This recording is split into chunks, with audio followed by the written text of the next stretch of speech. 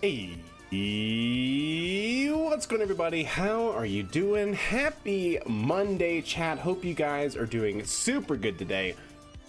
Coming off of that unfortunate New Glenn scrub last night, we have recently heard that they are, I think, targeting Wednesday, same time, 11 p.m. Mountain Time. So what is that, 1 a.m. Eastern Time? So that will technically be, I guess, Thursday, 1 a.m. Eastern, but for me, Wednesday. So we'll be back streaming on Wednesday, and hopefully we will have a good Blue Origin flight for round 2, chat. We'll see what happens. What do Blue Origin and a Sponge have in common? They both scrub a lot. Well, technically they've only scrubbed once. The other ones have just been postponements. But yeah, so it was a little unfortunate, right? I kind of wish they were a little bit more transparent in their communication so we could actually understand what they were working, right? Because they basically just got down to like 10 minutes every time and then recycled, or the 20-minute mark and then recycled to like 40 minutes, like constantly. Which is unfortunate, kind of, kind of a drag on the hype, if you will, but it's all good. It's all good. These things happen. It's a new launch vehicle. Scrubbing totally within their purview and expected, quite frankly. But we're back. We're back after the Christmas break with the first stream of 2025 for Kerbal Space Program, picking up where we left off with our reusable launch vehicle infrastructure. So we're going to be focusing on our own New Glenn style of vehicle. It's kind of a mix between an Atlas 1 or an Atlas Centaur and New Glenn. So we'll definitely be playing around with that tonight. I believe where we left off was doing fit checks with the pad. So we have our crane, we have our pad here. Let's go ahead and fly the pad and see where we left off. Hopefully everything spawns in correctly. We'll see. This will actually be a great test. So long as they don't just crack and strike, because that would be unfortunate.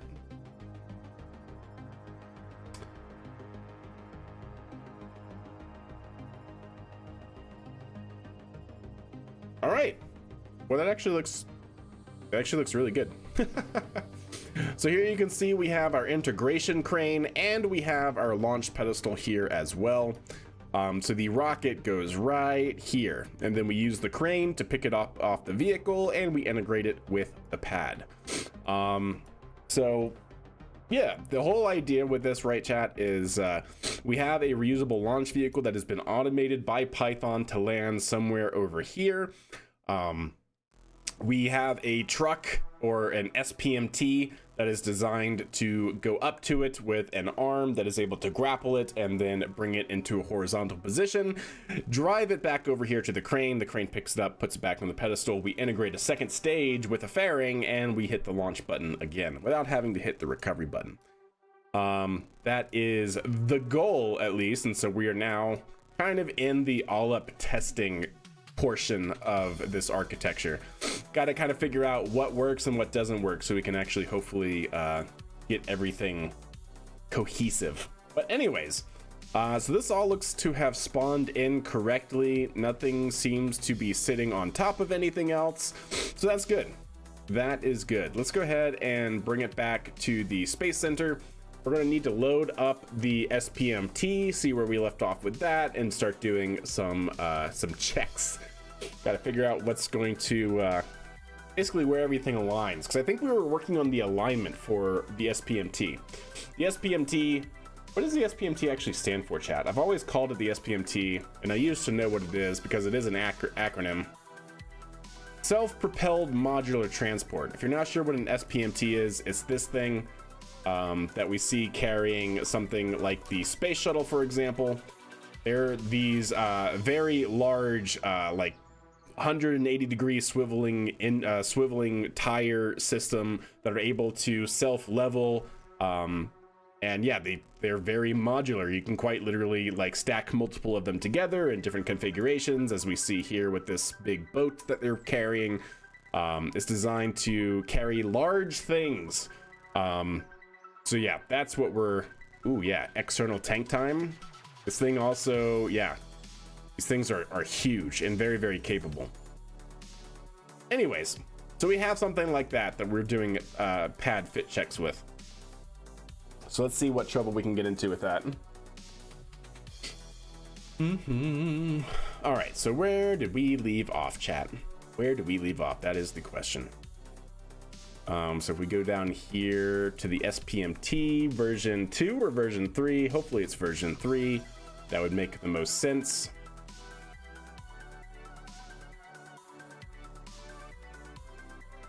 Yeah, I think that's right. Oh, that's right. We were testing that. Okay, okay. Yeah, I'm trying to remember where we kind of left things off with. So that seems fine. And I think we were having trouble with this guy. Because this thing is designed, or I put this here in an attempt, ideally, to support the weight of the rocket when this thing is vertical. To basically have it stand on the ground and use the ground to kind of maintain its orientation, but it's a little bit too close to the rotation point, so it doesn't have a lot of leverage. So it actually just ends up pushing the SPMT's back end up without actually just holding the rocket in place, which is a little bit of a bummer, I guess. But I wouldn't mind doing this again and seeing what happens as we test, because it's been, like I said, it's been 2 or 3 weeks since we last played Kerbal Space Program, so probably going to be a good test either way. So let's go ahead and go back to our other editor here. Let me actually, before I even do that, let me actually not save it here, but load in whatever vehicle we had last. This one. It should be, I think, over here, yeah? Yeah, there it is. So is there any changes we did? Yes, we did do changes, but I guess we didn't test it. Okay, that's totally fine. So now we test, chat. Now we test. So let's go back to the SPH. We'll load it in here to this VAB. There we go. Load it in.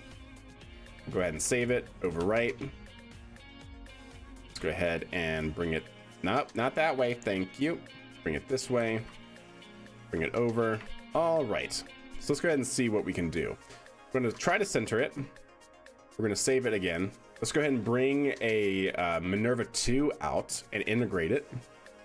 So again, from the SPH, go down to Minerva 2.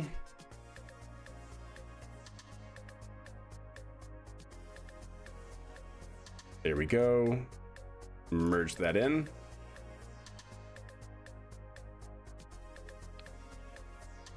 That seems good. We'll go ahead and reroute to this guy right here. There we go. Make sure all of this is correctly working.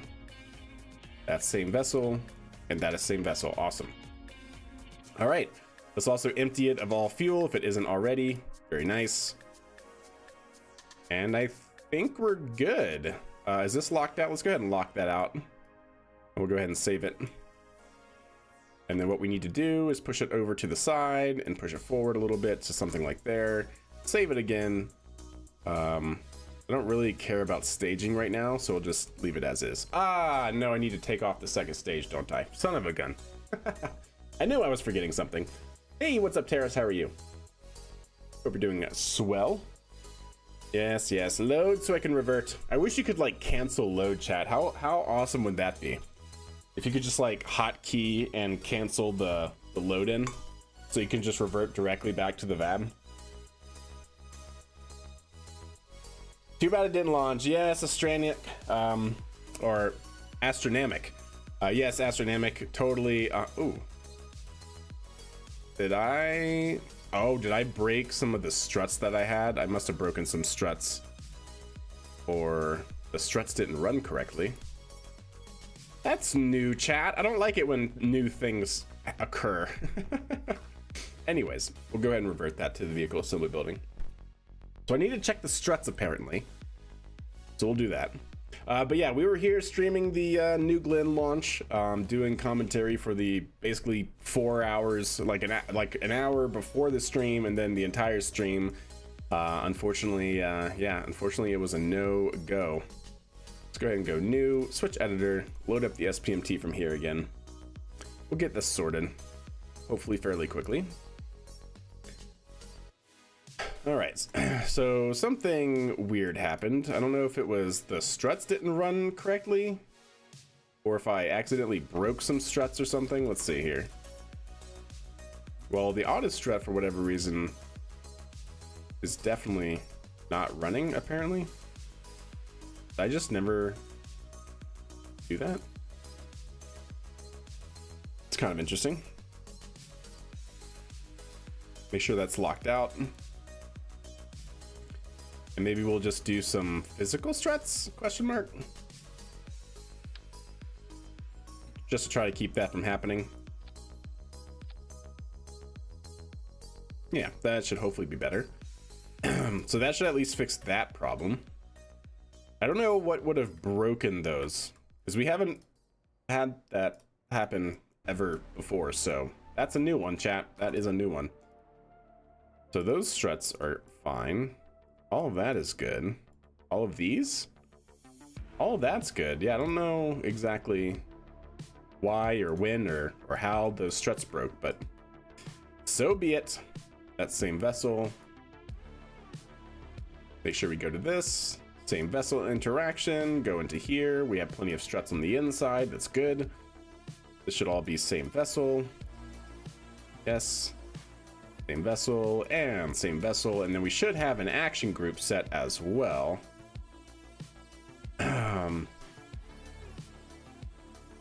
Five is the thermo. Okay, cool. There we go. Hopefully that will fix that problem, chat. It's T-minus 30 again. Yeah, what's up, Houston? How are you? That's right. But now we're launching on Wednesday, right? Launching on Wednesday is the current time frame for New Glenn's next launch attempt. So fingers crossed. Okay, that should be fine. Let's go ahead and bring out the other vehicle. Can you just say heck Jeff Bezos? Why? What did he do? What's up, Panta? How are you? He funded a incredible rocket. Why are we hecking? I have an iron infusion at 8:30 a.m. Thursday morning. I see. Okay, well, see, that makes more sense. But also your anger is a little bit misplaced because I don't even think Jeff has any sort of say in that at all. But hey, I guess if you need your scapegoat, right? All right, let's bring this back. Take you to here. Integrate you to here. Perfect. Make sure you are auto. Yep, same vessel. Perfect. Auto strut. We can also auto strut that. Great. Grand. Wonderful. And then take you off. And that should pretty much be fine. Gotta take you off. Gotta take you off. Gotta take you off. Now we have an exposed docking port there. All of this should be empty of fuel. It is. Save it. Push it to the side, chat, and push it up to meet the mark. Save. Launch and hope for the best, I think is what we're gonna do. Still makes me tired just a little bit. Yep, understandable, 100%. It's Jeff's fault. It's all Jeff. Jeff who? Jeff who? You can't stay up for New Glenn. New Glenn. You can't stay up for New Glenn. Yep. But look on the bright side. You wake up in the morning, you'll see all the headlines. You won't even have to, you know, there will be no suspense. You'll just get that immediate response on whether or not it was a success. That's a good thing, right? All right, there we go.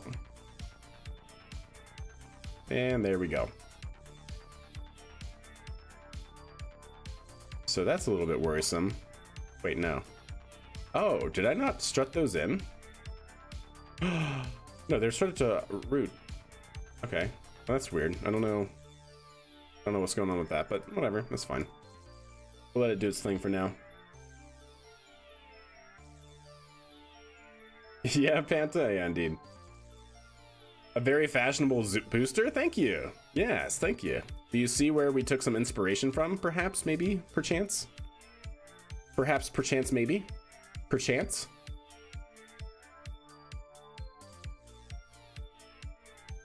All right.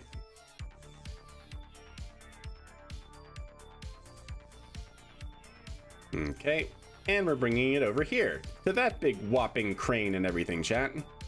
Yes, that is a fully functioning crane in KSP. Ideally, in a perfect world, we'll be able to back this into the crane's pickup area and have it pick up the booster. That's what we're testing, at least. We'll see. We will see. I have no idea what other bugs we're going to find. You love the 3-wide Atlas design? Yeah, it's definitely a mix between an Atlas Centaur and a New Glenn, for sure. Yeah, it kind of morphed into New Glenn once we started working on the reusable system. Wrong color though? Yeah, I know. Oops.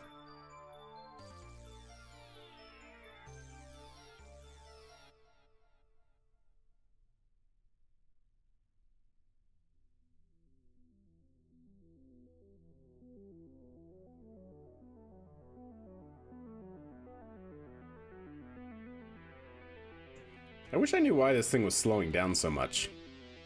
Oh, I know why. I think. Is my joystick on? My joystick is on. I think that might be why. Yep, that was why. It was my joystick. Because I have, like, throttle in some direction. I had my throttle up and I think it was doing something. Either that or the throttle is now down, but it's now inverted? I don't know. I don't know what's going on, chat. We're picking up a lot of speed, though.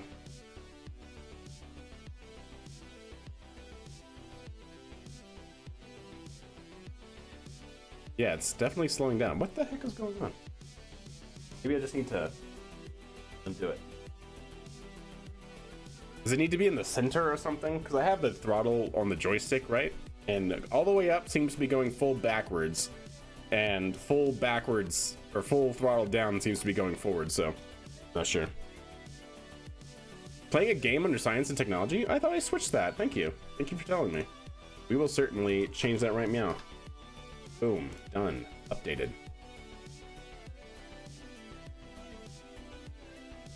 Actually, did I do that for YouTube's as well? YouTube doesn't really have that same thing. No, okay, I'm good. I think. Yeah. Yes, thank you, Mick. Appreciate it. Silly me.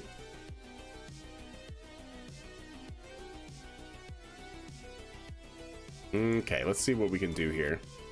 We just gotta line up the vehicle into these guide rails here and let the crane do the rest, ideally. Oops, okay, that's fine. Yeah, just push the, just push it down. That's fine, no big deal. This is all okay, right, chat? Nothing about this is sketchy, right? 100%.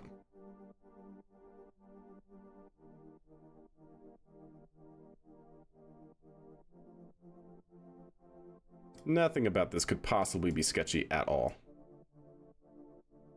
All right, let's go ahead and stop there and see what that's going to get us. I think that's going to get us pretty darn close. Okay. Well, now that we're here, chat, let's go damping 0. Let's bring those up a little bit. Take weight off of those wheels. Very nice. Same with the back. Damping 0. Weight off the wheels. Perfect. Go ahead and unlock. All right. Hell yeah. And let's lift it. Let's lift it. Also, let's hit this.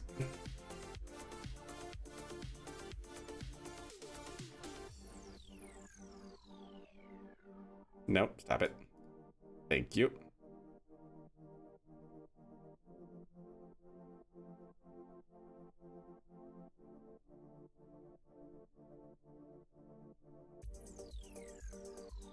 Okay. Cool. It is moving. It is moving, chat.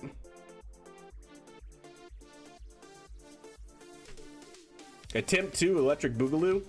It's not today, right? It's tomorrow. Or no, it's Wednesday, right? Yeah, it's Wednesday. Right? Right, chat? Like, it's definitely not today. It's Wednesday. I'm not crazy, right? Well, I guess I am crazy, but I'm not that crazy. Seems to be moving. Gotcha.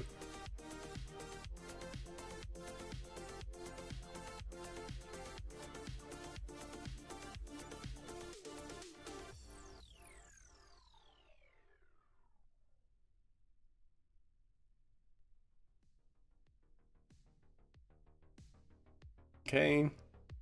Ease it.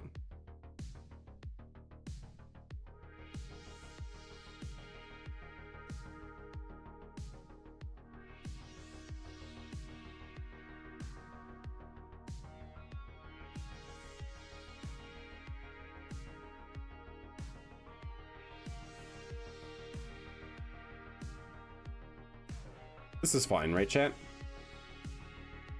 Totally fine. Everything about this is screaming okay.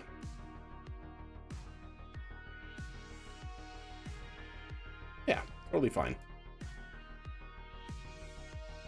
All right. And camera up here. Now, why are you behaving this way? Oh, did you load in incorrectly? Oh, you did. You did load in incorrectly. Ah, son of a gun, chat. I swear. This game sometimes.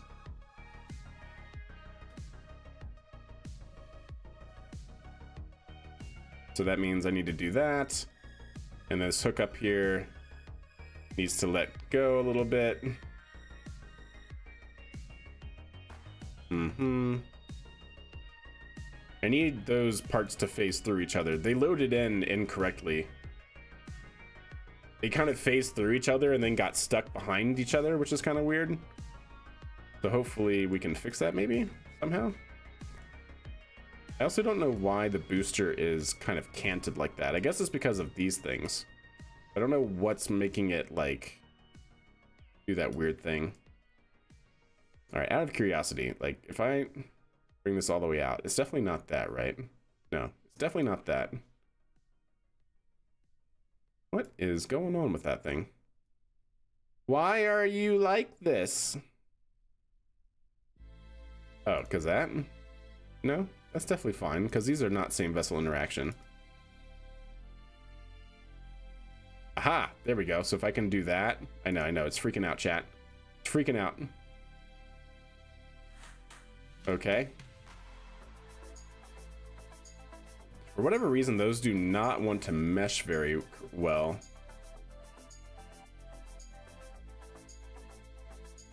Why are you not meshing correctly?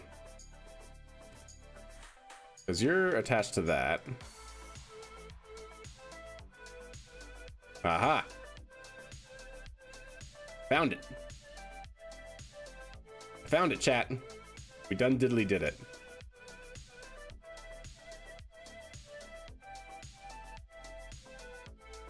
Perfect. There we go. All meshed nicely. Now, why are you screaming? Why are you screaming? You're not same vessel. Why are you shaking? What? Yeah, why are you under tension or whatever? What is going on? Because of that? Oh, it's just that part? I guess it's just that part. Wait, what are you fighting on, though? Is it just because of this? You're fighting on that? You are fighting on that. Okay, well, that's good to know, chat. Okay, a few things to tweak.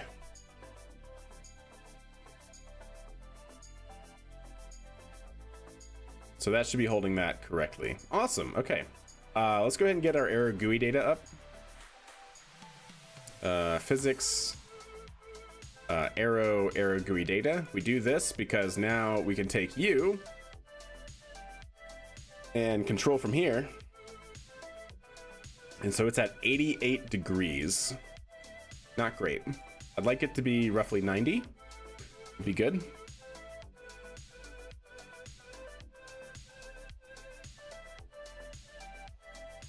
So that's definitely making it worse.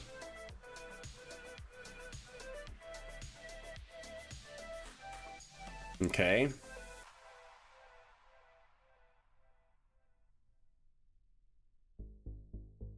Okay, it's definitely making it worse. Playing around with it here a little bit. Okay, so that's 90, 97? No, there's no way it's gonna just stay that way. Oh, you know what I should do, chat? I know what I should do.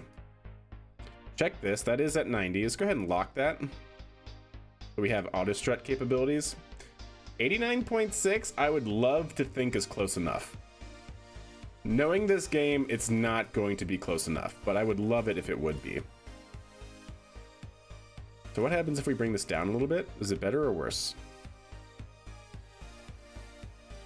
No change because it's all on the back end here, that's fine.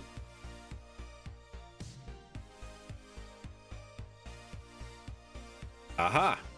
There we go, chat. 89.8 seems pretty damn good. All right, so we can switch over now to the crane. And now the crane should ideally be able to maneuver. And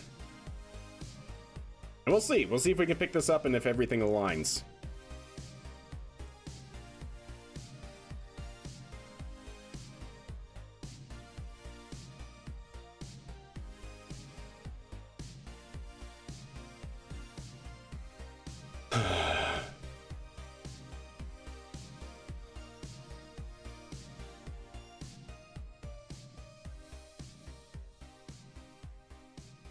Let's go to part, aim camera. There we go.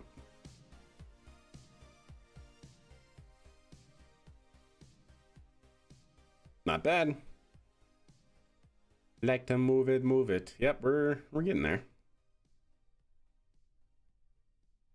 Okay, something like that for the moment. Bring this down and we'll see what happens.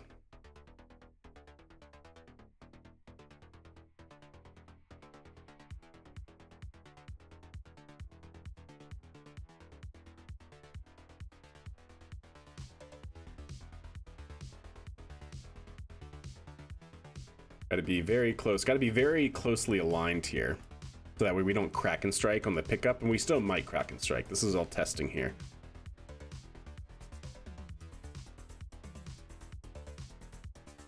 Okay, that's pretty darn close. We are off though, which is really not great. I hate that. Why are we off in that direction? Seems odd to me.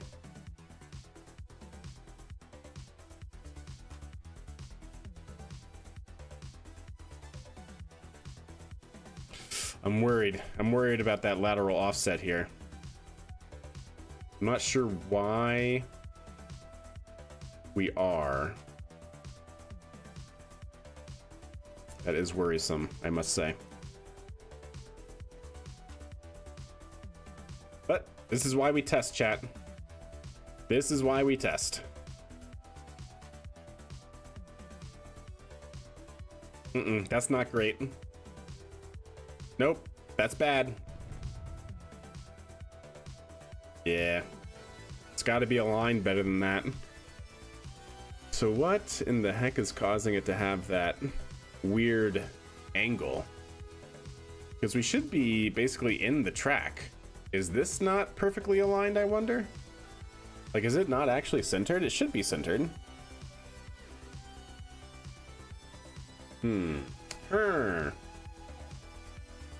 Test, test, test, and then test again. Yeah, basically.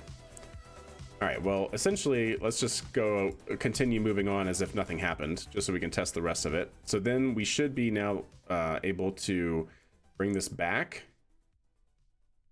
There we go. Clamp is released. Everything else survived, just the crane when it snapped to the docking port broke in certain spots, which is not great. Everything else actually seems to be okay, so that's good, I guess. I hate that gap though, so we're not gonna be able to test actual alignment with the pad. Yeah, I guess we're gonna have to fit this into the pad and actually see if everything aligns up. That's definitely odd, a little bit. Okay, Now that we have that, we should be able to do this. Let's go ahead and pull tension. There we go, and undock.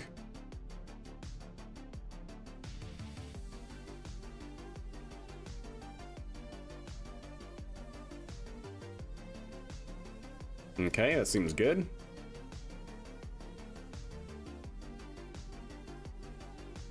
And there we go.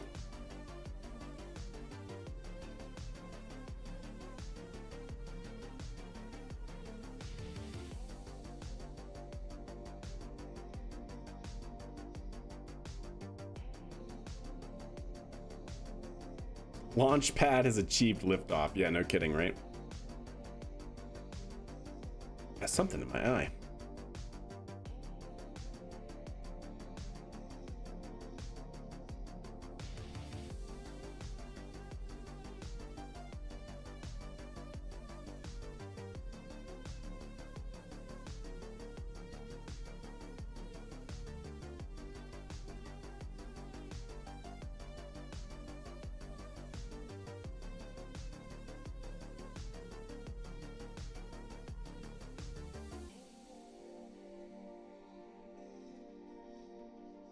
Yep, like I said, it's not going to be aligned, unfortunately.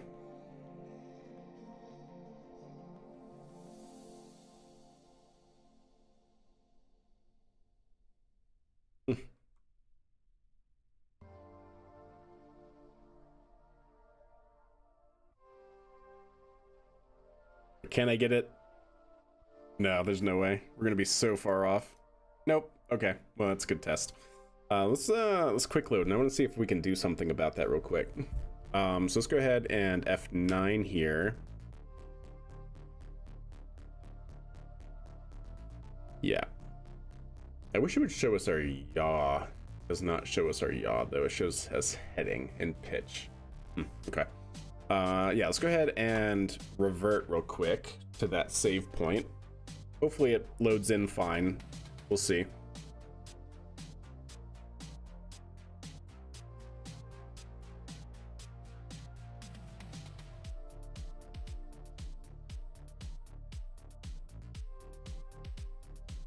Hey, what's up in Gap Failure? How are you? That's kind of what I'm thinking, Astronomic. Or Astronomic. Astronomic, right? Okay. Bring that up a little bit. Just so we're not going to actually dock, right? We're not docked? Okay, good. What I'm actually thinking about doing is we can get it really, really close, right? Here. We can actually kind of see how far we're off.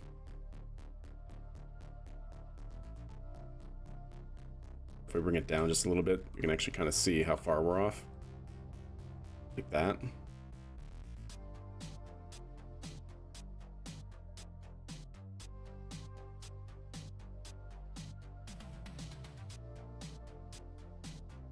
Yeah. Also, I feel like the torque motor engage should be like 1% or something.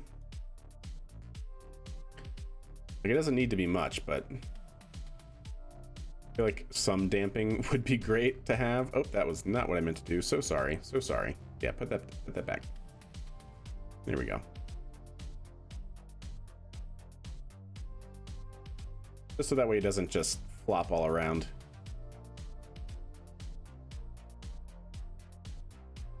Okay. That way when we go to do this, it'll actually still get pulled. Oh. Is that all I had to do? Because that actually looks much better. We're still off though, so I want to see. So if we hold that, we actually have pistons on the vehicle here, and it looks like the right side here needs to come up a little bit. So if we did this and we were to take this out of symmetry,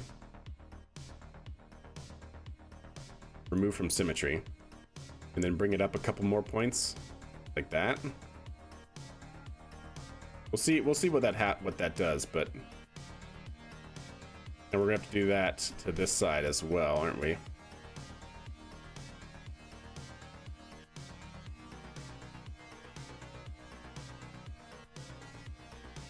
Okay. So does that help with alignment or no, not really? That is the question.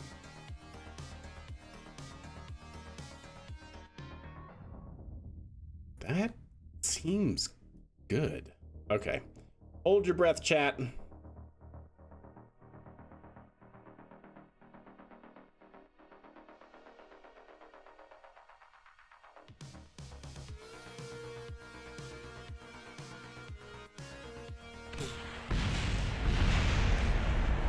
Now, why did that seem worse?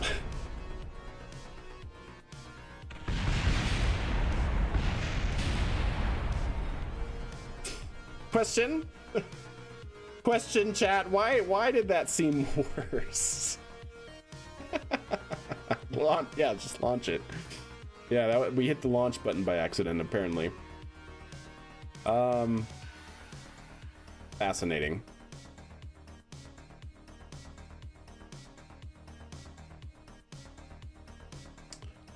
Oh, I just remembered something.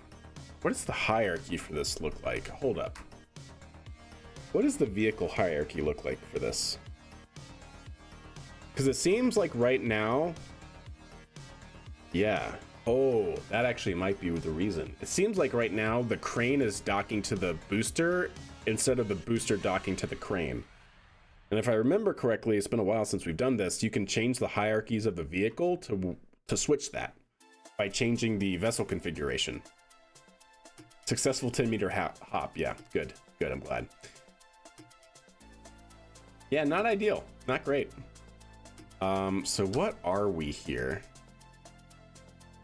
On this vehicle in particular. We're a lander, okay. So this is a lander because we have a Kerbal on board. Oh wait, what am I? Oh no, that was the crane? The crane is a lander. Okay, okay, okay. And so what is this? A base. That's it. Yo, what's up, Dust Stuff? How are you? It's a base. So if you guys don't know, the game actually has a... I don't know if it's actually like publicized or documented very well, but there are hierarchy based on configure vessel naming conventions where base is the highest priority. So anything that you have set to a base means that anything docking to that part, it will essentially make whatever is docking to the base change its orientation during docking to align itself with the hierarchy of the base part. So essentially it was exactly like I said. I'm hoping this fixes it, we'll see. But essentially what is happening, you know, let's actually get paint out so we can talk through this a little bit. Sorry for the flashbang, by the way, chat. My sincerest apologies. There we go. A little easier on the eyes, I hope. So essentially what's happening is we have our crane, right? And the crane is a lander. And then we have our booster, which is connected to our vehicle. And that is set as a base element in the vessel configure, or in the naming conventions, the vessel naming conventions, right? Which is one of the options that you can click on for a control point. And essentially it goes something like this. You have debris, right? Then it goes something like probe. Then it goes something like relay. I don't remember all of them. Then it goes something like ship, lander, and then base. So base is your highest priority. So essentially what that means, chat, is if you have something that is a base with, say, a docking port attached to it, and then you have, let's say, in this case, a booster, right, that has another docking port attached to it, but this would be, let's just say it's a relay, it's set to a relay. If the docking port's right and the entire base element has its own coordinate system, its own alignment, and then the booster, in this case, right, has its own coordinate system and alignment. So when the two things come together, so if these are the two docking ports, and this one is aligned like this, but this one is aligned like this, if this is the base element on this side, it will cause whatever this docking port is attached to align itself with whatever it's attaching to, the base part. So we basically have that hierarchy reversed right now. If KSP still works this way, which I believe it does.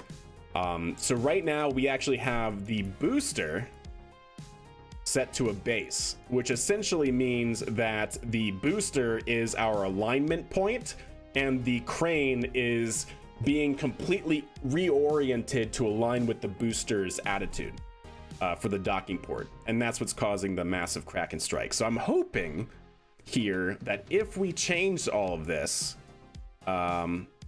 we can fix that, but we'll see. We'll see. Anyways, ever notice that female Kerbals look like Randy? No, I haven't noticed that. Is that if a crack is not labeled debris, Kerbals cannot perform EVA construction on the root part. Really?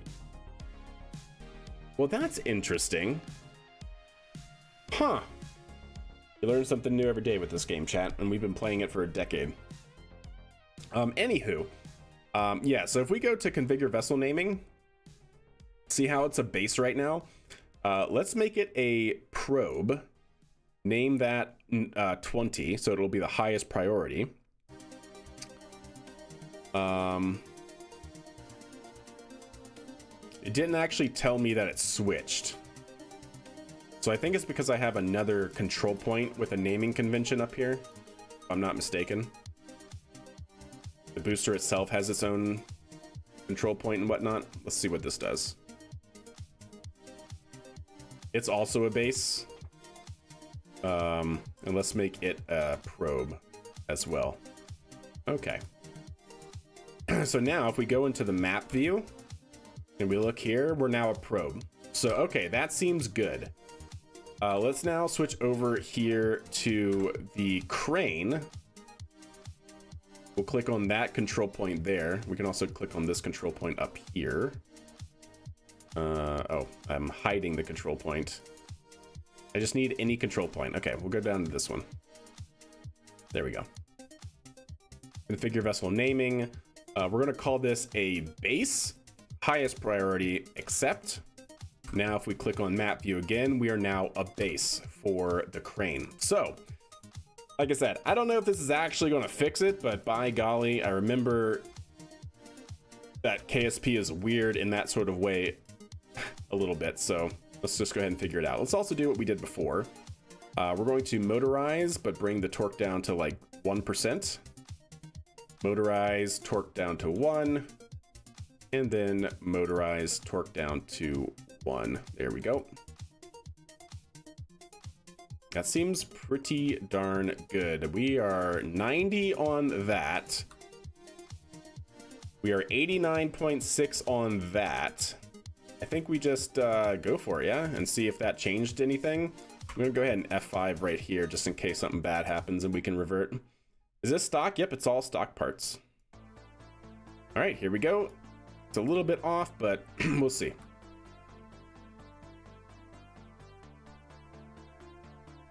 Gonna explode? What'd I say, chat? Awesome.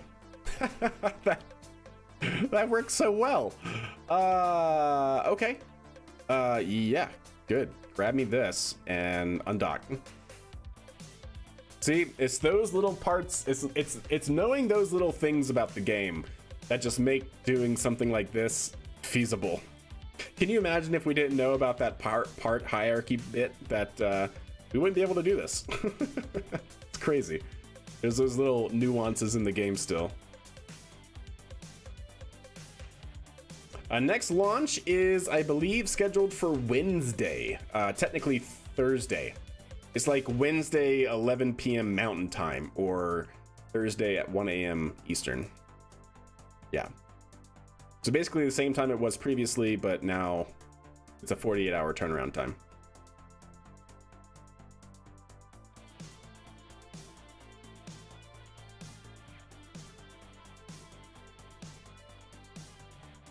Okay, let's try to get it lined up here for pad integration.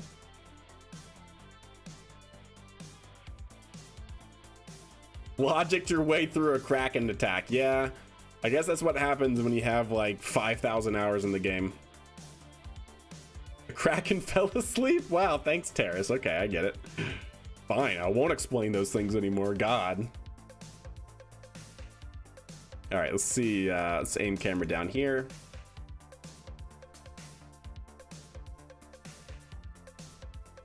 And let's bring it down. Gently.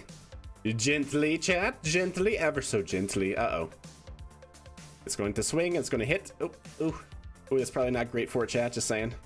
Where are we aligned with the thing? Are we not aligned yet? No, I guess we're not, technically. Oops. Oops, my bad. That was me, actually.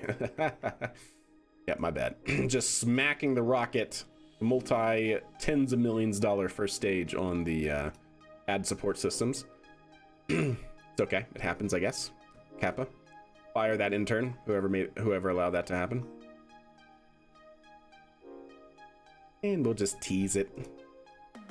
Try to line ourselves up the best that we can here.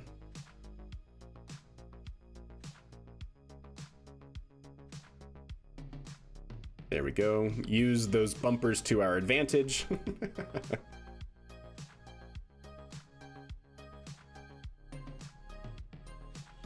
Now, hopefully the same thing will happen here as well.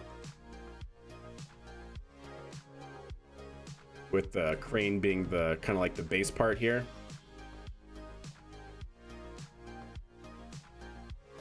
Like a glove?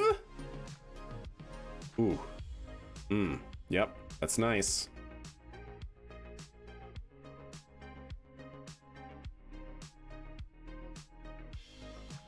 Okay.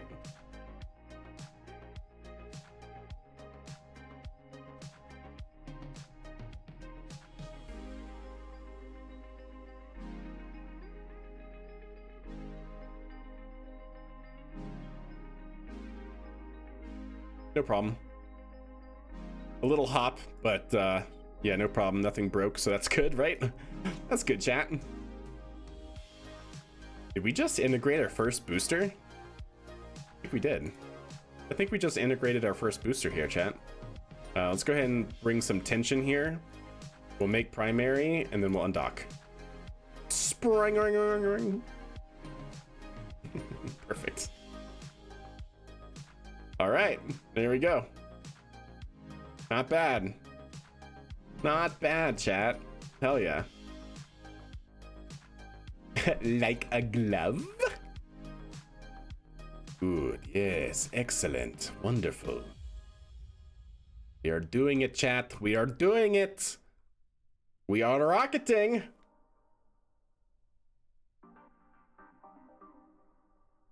Really does stuff. That's actually hilarious. Can you imagine if BO allowed Jeff Bezos to control the verticator and launch pad alignment? The explosions. Oh, that would be great. No, I'm sorry. That would be bad. That'd be bad. That'd be bad, right? Right? That'd be bad. What's up, Super Ham? How are you? All right.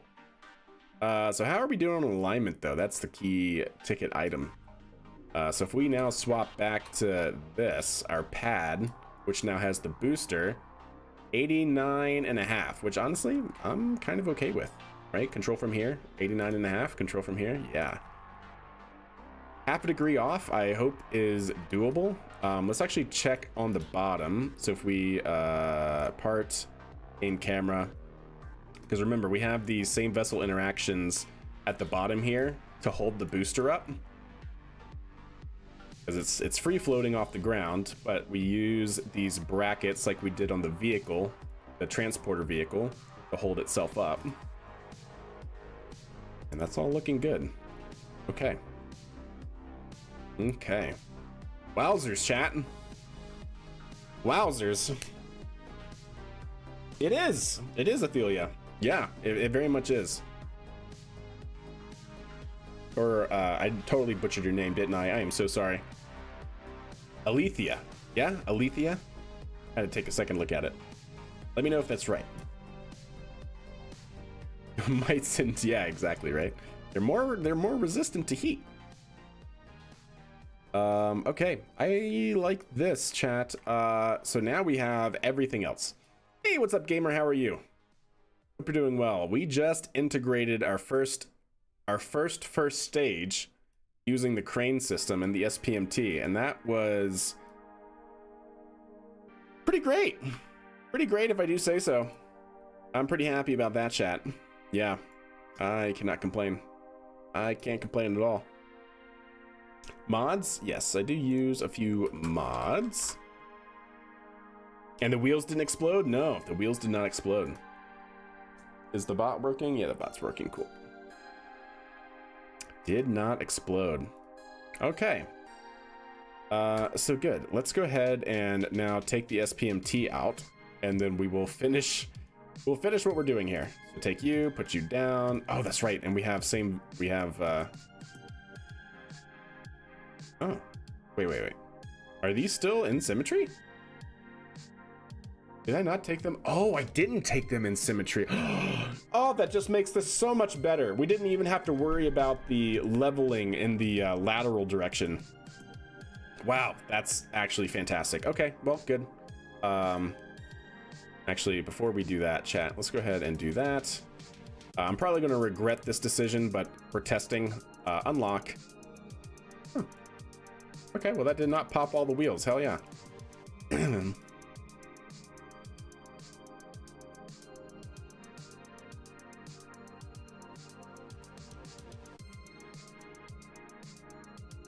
How's the game performance with the parts? I mean, we're in yellow physics range, right? So let's see, 1,000, 1,000.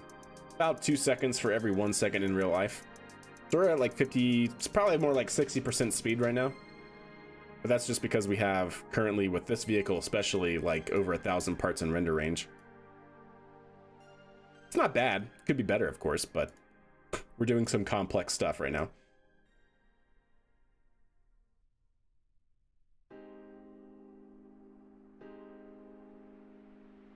That is looking good, chat. Ah, I'm so happy.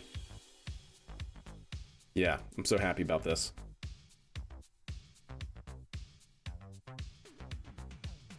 The claw.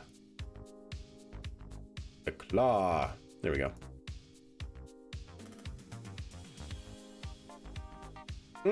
That is mint, chat.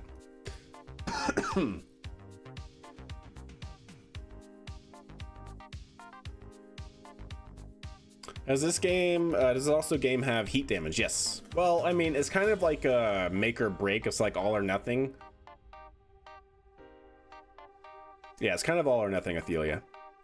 So what I mean by that is like every part in the game has a heat tolerance, and if you ever go above that heat tolerance, it just goes poof and explodes. So it's not like there's necessarily degradation in that part or anything like you would see in real life. The heat shields actually have an ablator value that as you're going through re-entry will actually decrease. So there are heat shields in this game that kind of behave like that. But otherwise every part just has a static threshold that you can't go over, so to speak. All right, then we should be able to lock it out just like that. Oh, that's looking so good, chat. High five. First stage integrated into the launch pedestal. That's awesome. Okay, let's go ahead and recover the SPMT. Recover. Hey, what's up? Yeah, does stuff. Okay, so you came over from YouTube over to Twitch. Yeah, fair enough, fair enough. Very good, very good.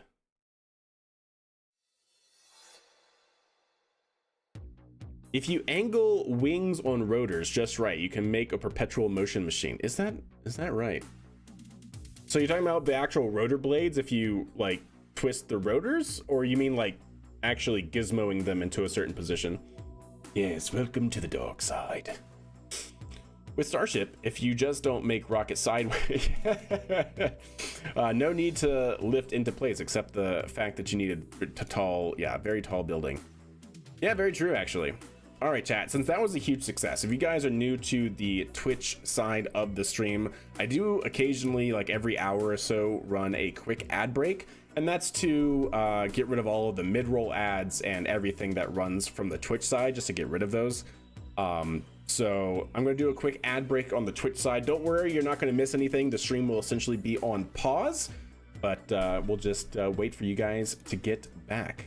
But until then, see you guys in a few minutes. And I think also what's kind of nice about what Twitch has done recently is that if you run an ad block with somebody just having gone through ads on your channel, like through like the pre-roll ads, they don't get the ads again, which is really nice. So I'm hoping that that's actually true. I learned recently how to assess load-bearing capabilities of wheels. For every 10 meters per second impact tolerance, it can reliably carry 1 ton of payload. Oh, that's actually interesting. That's actually really, really interesting. Well, that's a nifty rule of thumb to actually work into practice. Oh, I'm sorry, Dust Stuff. I'm sorry. So does that mean that I just was mistaken? Does that actually mean that Twitch does not do that? That's really unfortunate. That's really silly. But anyways, sorry about that. Hopefully it'll run quickly. Like I said, the stream's on pause. We're just gonna hang out, chill, start thinking about what the next move is, because the next move, chat, is to go to our old save. Yes. Oh, got it. I got it. I know what we're gonna do, chat. I know what we're gonna do, because we got to get the second stage with the fairing and everything. God, I hope our crane is tall enough under load, right? Because the parts sag. I'm really hoping the crane's gonna be tall enough. We'll have to see. Testing is required, chat, all the time. As the Atkins law of spacecraft design holds, iterative testing is always required, and it's always one more iteration than you currently are, and that is true at all times. Which is basically a fancy way of saying you are never done iterating. Let's see, do I still have all those things? So if we go, no, not to the VAB, SPH. And then I want orbital, I2 orbital. That's our last save.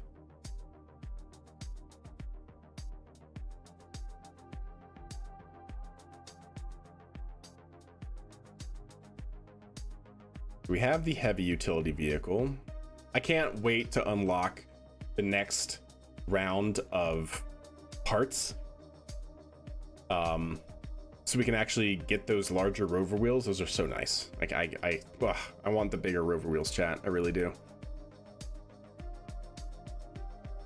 There was something I was looking for here. So yeah, we have the recovery vehicle, the DCX transport. Not looking for any of those parts. Not looking for that or that. We could maybe do that. The transport trailer. Mercury transport trailer could be useful. The new Shepherd trailer, not what we're looking for. Nuglin. Oh, did we actually start making a Nuglin rocket? What is this? Just out of curiosity. Oh, we did. Yes. Wow, this is old. Oh, yeah. Oh, and it's only got the 4 instead of the 6.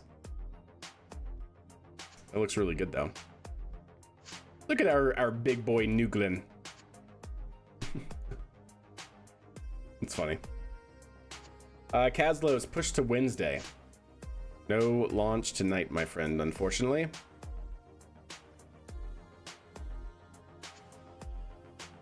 So that's the KRV bracket. XV01, XV01. I swear I had... Okay, 1 second. Trailer. How many trailers did we have? Because there should be a trailer for like the upper stages and stuff. Okay, there are. Ah, this is what I'm looking for right here. I'm so silly, chat. Actually, it's not that one. ALV payload, ALV trailer, Binkin upper stage trailer. Maybe it's something like this? Because we do have an upper stage that we need to transport. Let's see. Yeah, something like this actually could be very good. So how do I want to do that? I mean, I guess we'll just go ahead and use this. and we'll need to make the guides wide enough for us to fit through the guide rails, but otherwise it seems okay.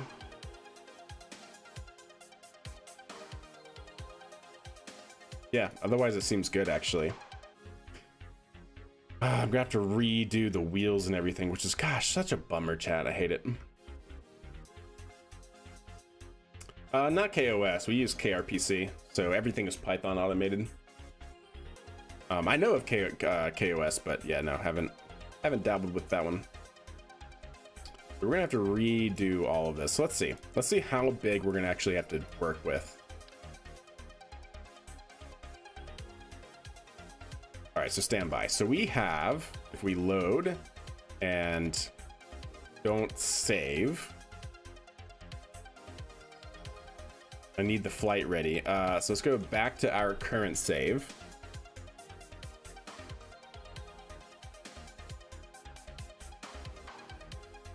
Minerva 2 flight ready. Merge that in. Perfect. And let's just get the upper stage and the fairing. So we're going to need this right here. Boop. Perfect. Get rid of you. I feel like we're going to need a longer trailer, chat. Let's see. Let's see. I'm pretty sure we're going to need a longer trailer, just saying. Anywho. Oh gosh, I hate it when the camera bugs out like that. Not really like a bug, it just doesn't allow you to move things where you want it to go. So what did that just get locked into? Oh, it did go to the right place. Okay, cool. Okay, well, there's that.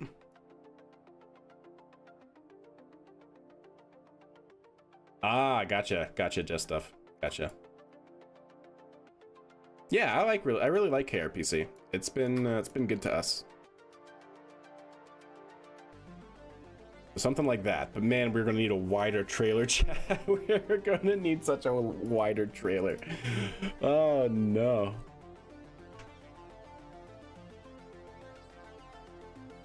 Hey, what's up, Sheeps? How are you? The aerospace industry will have peaked once Curb script is the primary coding language used for rocketry. Oh gosh, get out. Stop. Just stop.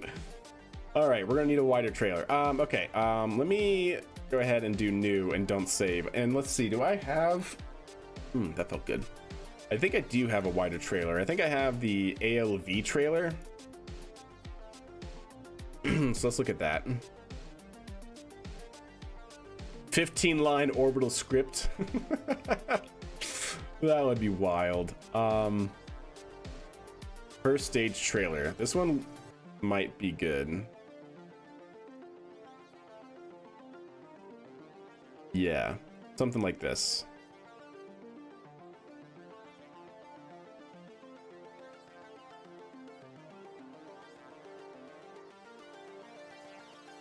Yeah, okay. Good. So we'll use this as our trailer here. So let's go ahead and put it into the middle. This is going to be called our Minerva 2 R upper stage payload trailer. Okay, save it. And take this off, we don't need it. Take this off, we don't need it. Also take that off, we don't need it. Okay. Now that's probably a little bit too long. So let's go ahead and take that off, and then we're going to shorten this up a bit. Something like that. I think I do want, that's like actually kind of like a tough call. I think I do just want the bearing and everything to be brought out vertical. I'm thinking that's what I want to do.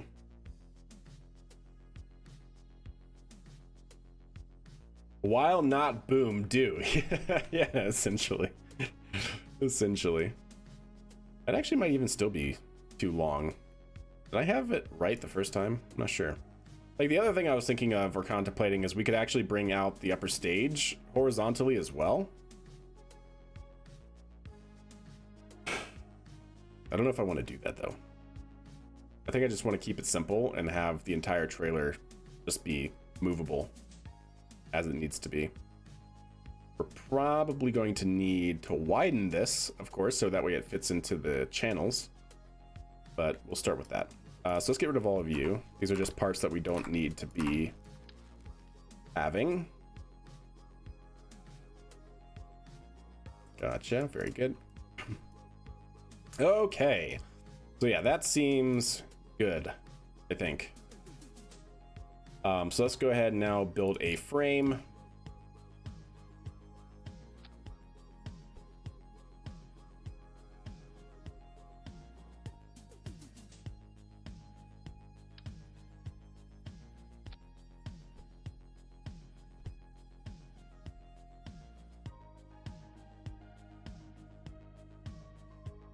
Probably don't need something like that, right? That's a little bit too big. That's a little ambitious.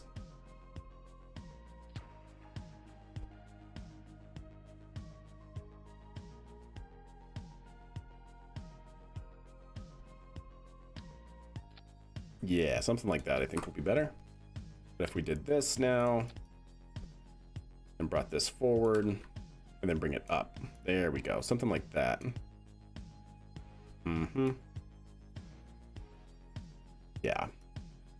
And then we do the same thing in the back.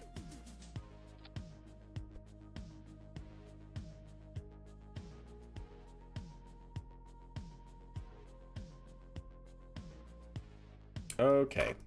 Now let's see how big we're actually going to need this to be. That's going to be the question. Also, we're probably, you know what? Let's actually change this and make them here. That way we can move the entire frame. Gosh dang it. You know what, chat? I just thought of a good idea. Let's actually have a single node center point. Do I want that? Because that's where the vehicle's going to sit, so no. No, I do not want that, actually. So never mind.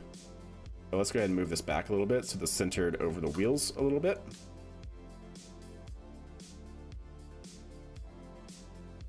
Okay. Perfect.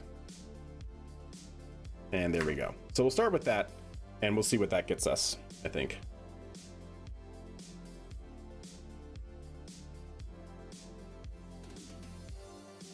Wow, 45 hours of periapsis kicks? That's pretty insane. That's pretty insane, yeah. Alright, so now let's get the Minerva. That's in orbital. I need to be here. Stop it. Here we go. Okay, merge.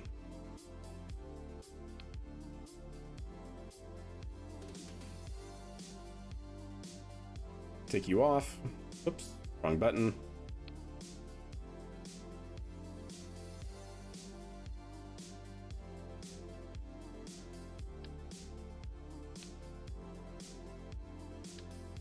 There we go. All right. So let's go ahead and put a docking port on the bottom here.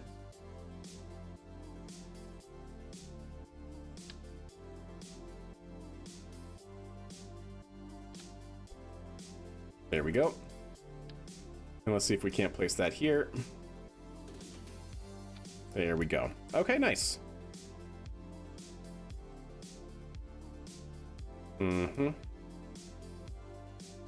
Very good.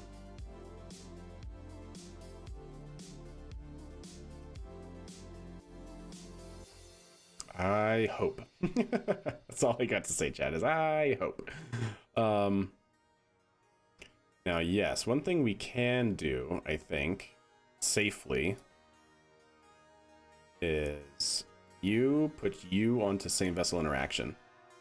Yes, we're going to put a fairing on the same vessel interaction, because that fairing is this bottom part here. So that way when we ever put a payload, like a ring around this, like a structural ring, and put that to same vessel interaction, it'll basically pull everything together under tension. So hopefully that is the hope. So I need a tube. I need a tube, chat. Tube. Structural parts. Tubes. 2.5? You're bigger than 2.5, aren't you? Kind of. Yeah, you are bigger than 2.5. Son of a gun. I forgot I made this custom. And you're too small for 375? You're too small for 375. Okay, that's fine. We'll make it work, chat. Do you fit inside the 2.5 at the bottom? Because that'd be kind of nice if you did. Yeah, you do, actually. Okay, cool. Good to know. So let's actually maybe attach you here so we get a center point. Not there. There we go. Move this like this. Move this over like so. Move you up like so. There we go. And push you up. So ideally, in a perfect world, chat, that should be fine. I don't think it's going to be, though. I don't think that's actually going to be fine. I do want to lower this a little bit. Oh, yeah. Yeah, we have those tanks there. So that'd be bad. There we go. Yeah, something kind of like that, I think. So long as the... Yeah, that should all be fine, I think. Okay. I'm ready to test that right there, I think. Okay. Yeah. I think I'm ready to test that. Have you toyed with the silliness with parts attached to engine plates having no drag? Yes, yes we have. Have you tried attaching the granulum to the core? The granulum. Awesome. So how is the upper stage and payload lifted onto the core? Via the same crane. Because we have a docking port on the top. And that docking port has I believe, a separator. Yeah, it's separators right there. So we'll see. We'll see. So that's fully fueled good. This should be empty. We'll fill it on the pad. Yep. Perfect. That's all fully fueled. Just the payload. Okay. Just notice the docking port? Yeah. We've been working down here, so yeah, no worries. All right, so again, don't really care about this. We'll fix this all in the near future. Save it. So that's one part. Let's actually see how wide the vehicle needs to be with the pad. So let's go ahead and go to new. Let's go ahead and load up the pad so we can measure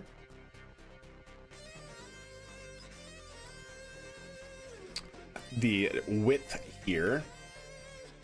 So I can probably make a little bit of a jig. So if we do something like this and make sure that is roughly on the center line of the entire thing, that looks good. Is that actually on the, yeah, that's actually on the center. Is it? Is this not centered?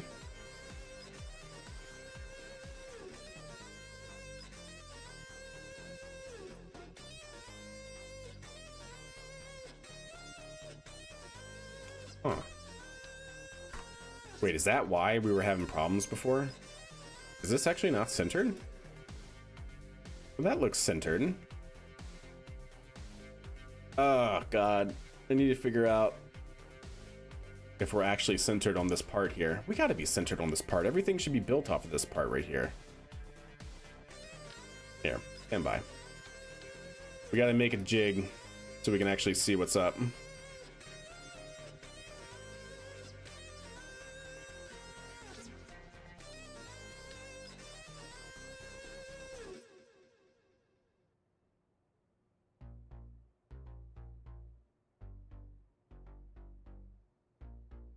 Come on. Okay.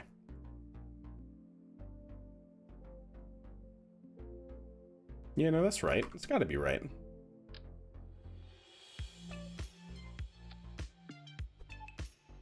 Because we know that's on the center point, or it's on the root part at least. Of course, it's not mirror mode. Why wouldn't it be?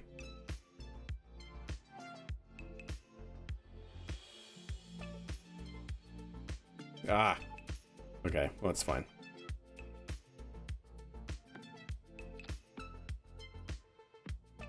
That's definitely the center point, though. And then if we take this all the way back,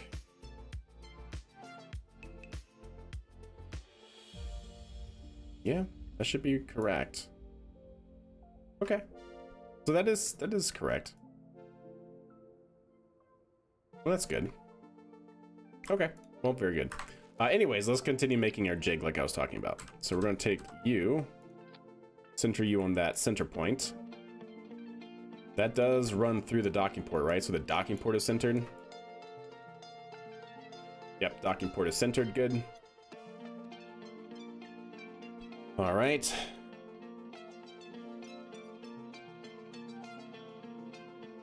Okay.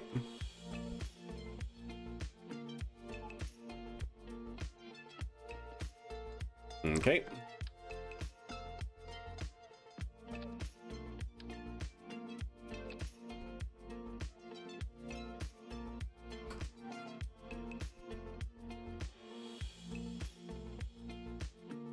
Cool.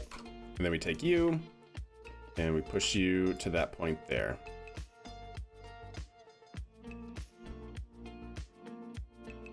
There we go. All right, now what we can do is go here, the sub-assemblies, take you to here. This is going to be Minerva 2 LM D3 guide rail. What would you call this? Jig? Safe. All right. Now we can go back to the other one. We should be good to go.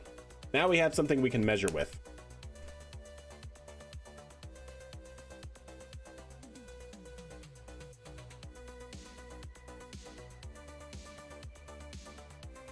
All right. We'll have to swap out these wheels, so we might as well go ahead and do that. And then let's get the jig out. Do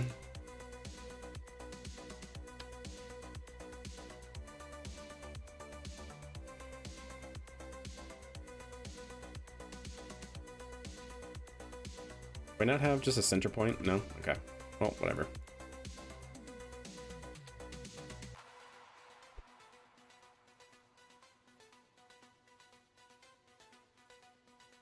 There we go. That's how wide it needs to be, chat. But technically speaking, we actually need all of this.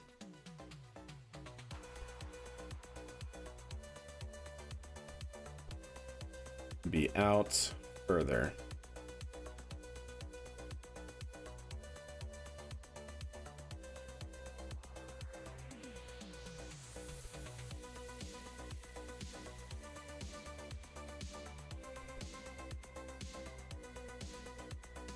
Like that.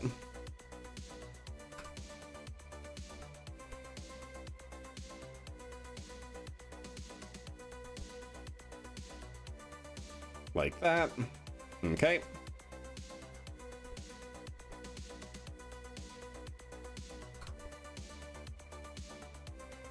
Oh, you know what I didn't do, chat?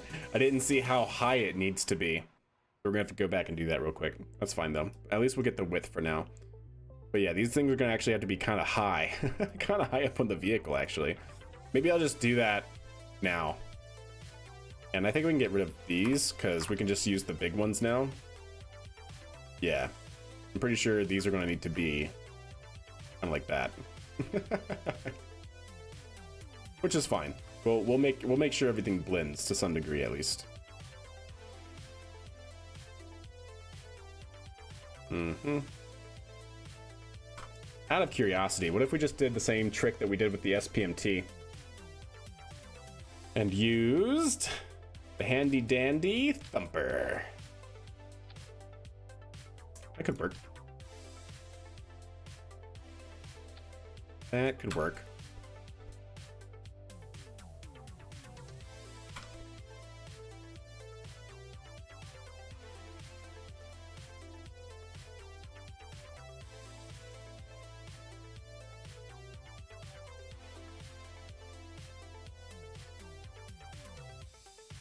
That might be okay, actually.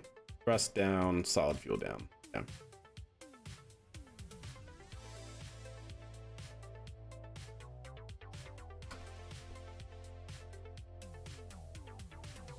Oh, and then that blends in with that. Oh, I actually like that. Okay. And then we can move this up a little bit. Yeah. Okay. Something like that, actually. Could be good. Then do we have a good nose cone? I don't think we have a good nose cone to fill this in, do we?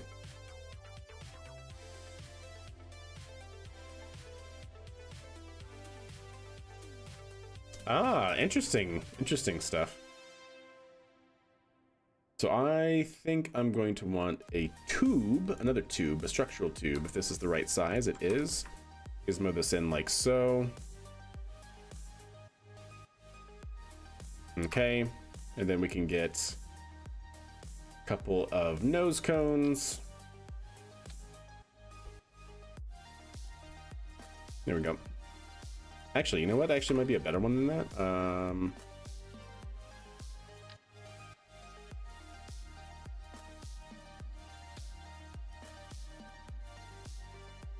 Yeah, definitely. Yeah, I think this is good. Yeah, fairing would have been another good one, but I think that's pretty solid right there. Okay, it's shaping up, chat. Now, ideally, we actually move this forward some, like that.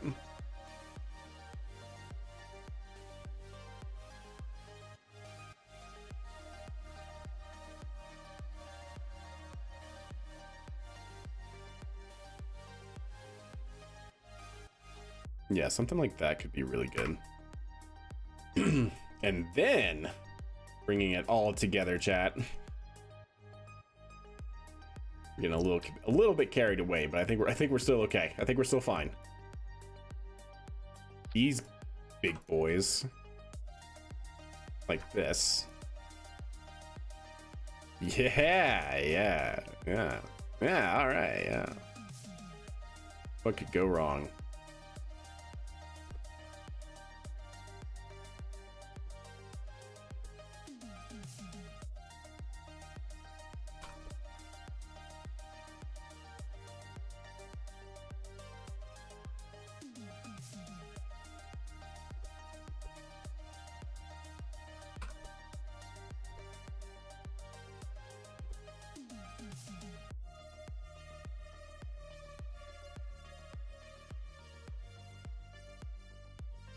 Okay. Okay. All right, 1 second. So this whole thing here, actually, this guy needs to come down a peg or two and then out. There we go. Same with this guy. Then out. Okay. Yeah, something like that, I think.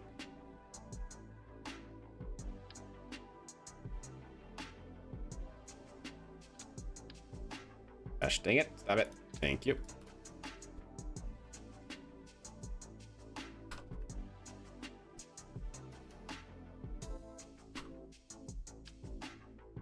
What's a few more parts amongst friends, chat? Come on. Work with me, work with me. You're not working with me. Oh. There you go. Good job.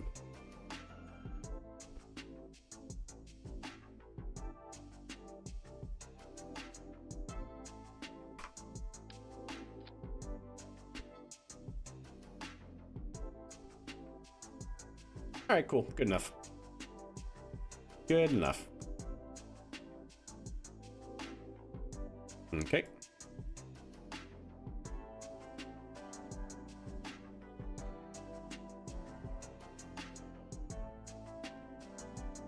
I am interested in seeing how this actually stands up to the other thing, but we'll see. I don't really care to test it too much more at the moment, if I'm being honest. So that is right on the edge of where it needs to be, so that's good.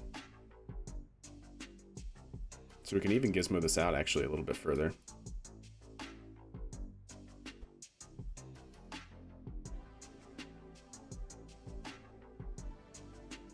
Yeah, something like that, actually. Okay, there we go. Get rid of our jig.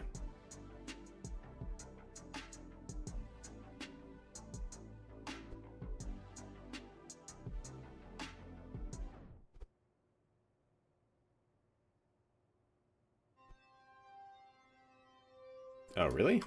Those are not in symmetry? Oh, there you go. Well, whatever. This fine? Oh, it's because that's a single part. I thought those were two. Yeah, I got it. That would probably be helpful if we strutted this in, yeah? But not like that.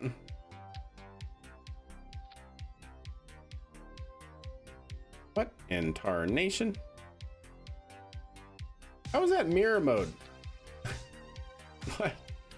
Does it need to be on top? No. How is that mirror mode? What are you smoking? Oh, because of you. What happens if I make you the root part? Just out of curiosity. Does that change anything? Yes, it does. Okay, sweet. It was just the root part problem. No problem. All right, there we go. And we'll just move it right along here like so. Try and get these kind of gizmoed in so they look like they're actually inside of that recess there.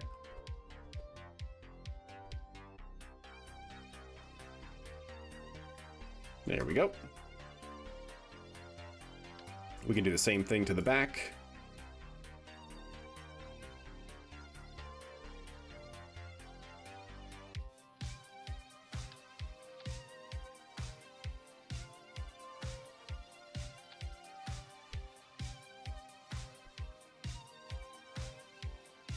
Yeah, sure, why not?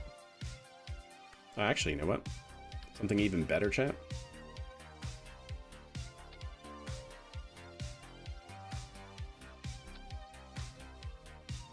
Just to make it look like all of this is actually configured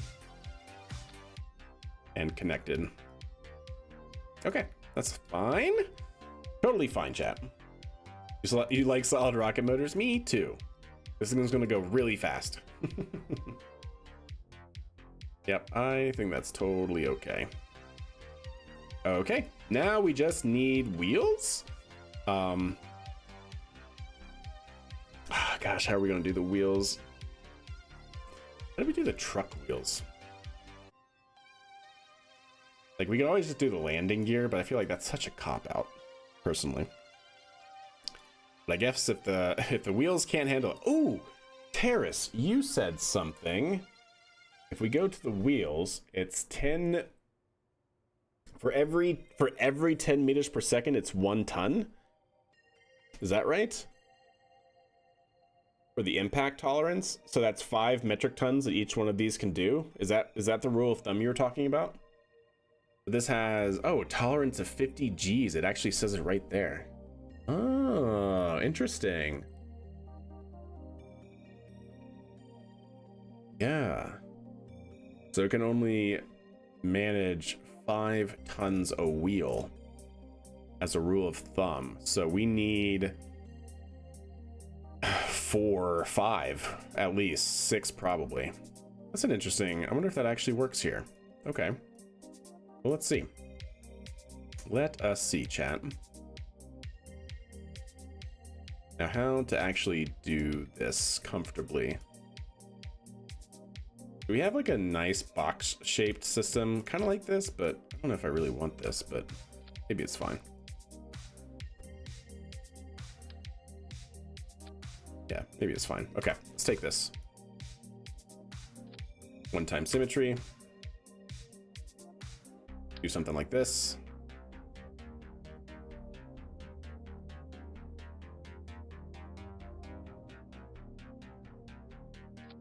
Okay, it seems good.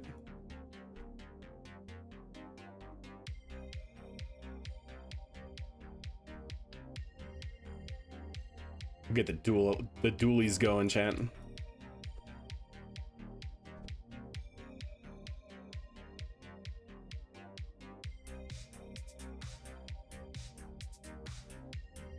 Okay, and then can I Just attach them to here.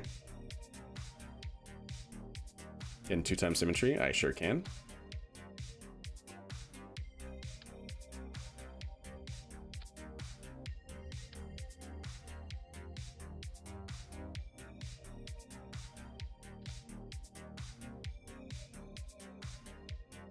Cool. I have no idea what the ride height needs to be for this. I'm kind of thinking we need to lower them a bit, which is fine. Let's lower them a couple ticks. 1, 2. 1, 2. Cool. Something like that, probably.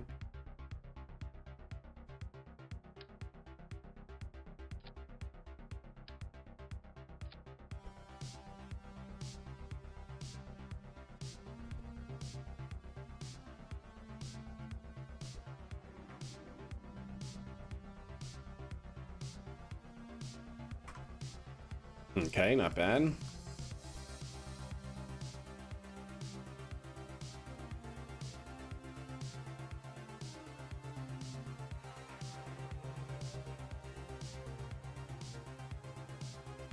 Something like that? Question mark? Do grip pads? That's actually, maybe. Might actually, oh, I hate using robotic parts. Like, they do great things for certain things, but if I can avoid them, I really would like to avoid them. I have seen people do some really cool stuff with that though, but I just, I've been burned by robotic parts too many times to trust them in doing such a thing. All right, that seems okay. That seems okay to me, chat. One thing, let's go ahead and turn off all the motors. I should have done that beforehand. Steering, I don't really care about. Actually, you know what? Yeah, we'll just go ahead and disable all the steering too.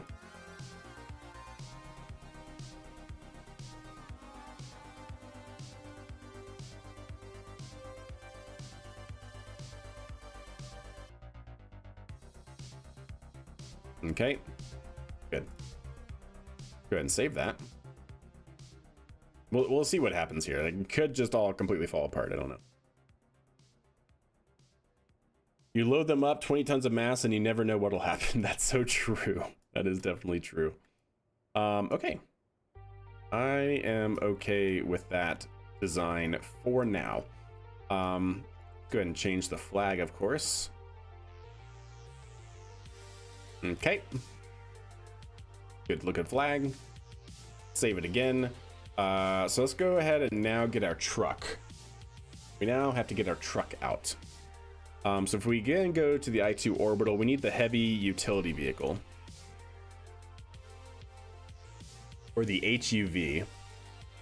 So this guy. Yep. Because what I want is we can avoid all of the, well, yeah, we have to, I just want this part. Can I take all of this here with us? Ooh, I can. Okay. Perfect. So let's go to our current utility vehicle design.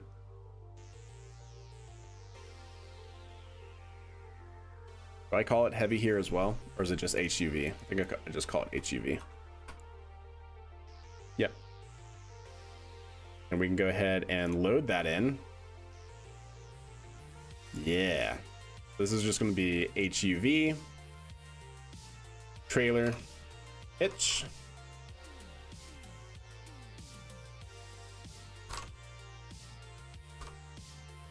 Save it. And we can take all of this off because we don't need this anymore.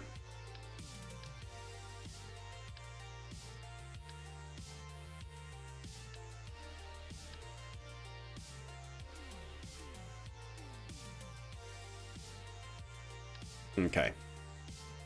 We'll see. We'll see what I can put back on and whatnot. But anyways, don't save that.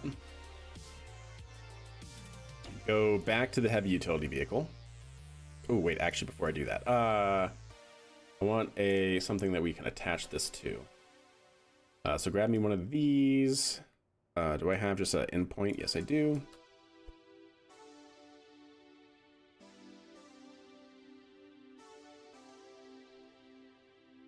Actually.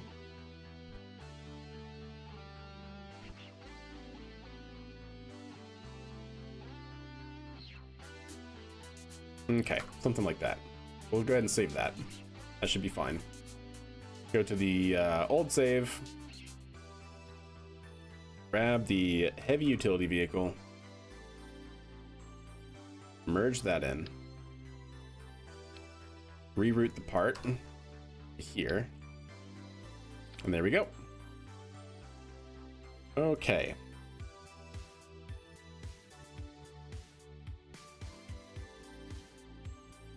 So what do we need? Yep, we'll take some of these over with us.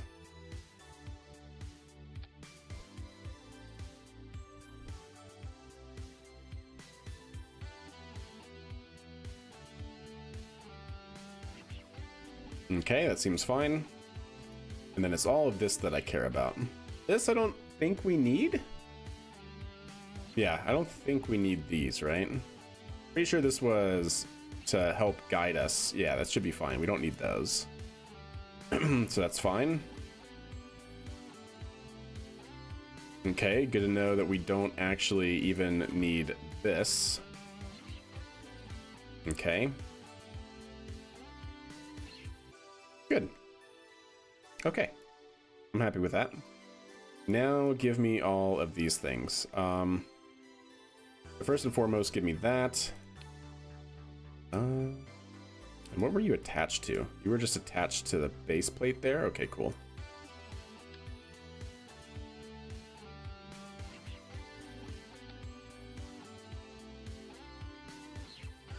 No. No, no, no. That was the wrong attachment point.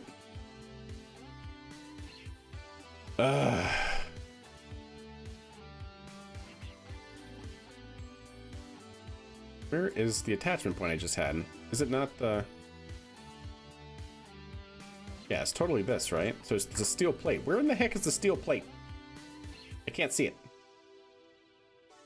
Oh, there it is. Okay, I think. Yes, good.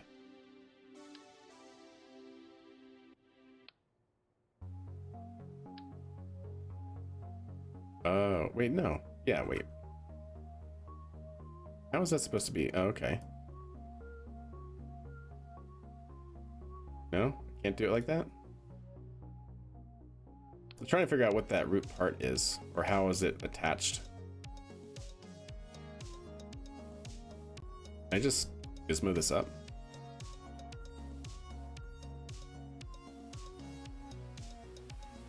Oh, it's that one? Oh, it's that one. I'm silly, chat. I'm silly. I just want this. Is that right?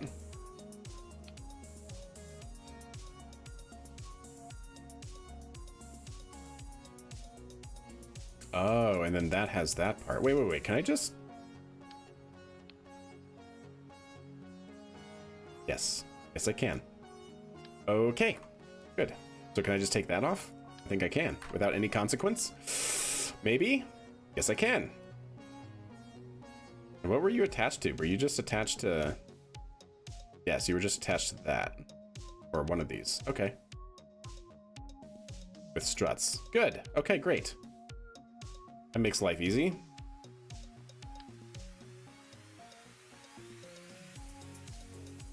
Now, which one are we going to actually attach it to? That's the question, chat.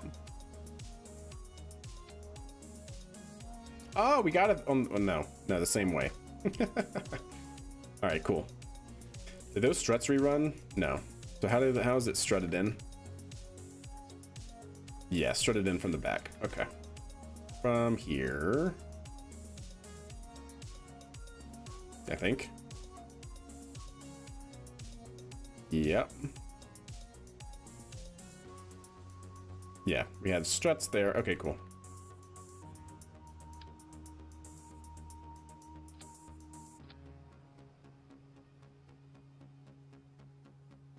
Okay.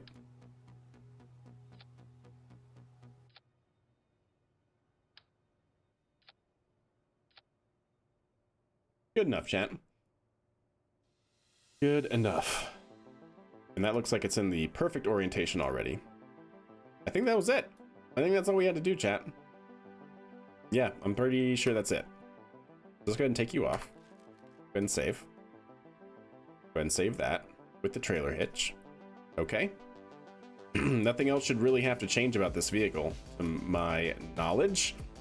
So let's go ahead and take you, save, and can we put you out on the runway? Yeah, we can. We can put you out on the runway, so let's do that. Oh, this is how you do the other parts. Oh, okay, cool. Just wanted to confirm that. Yeah, put you out onto the runway here.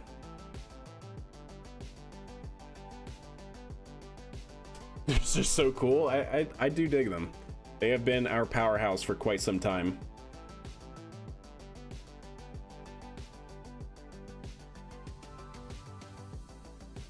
All right, we're looking good, chat. We're looking good. Pretty stellar.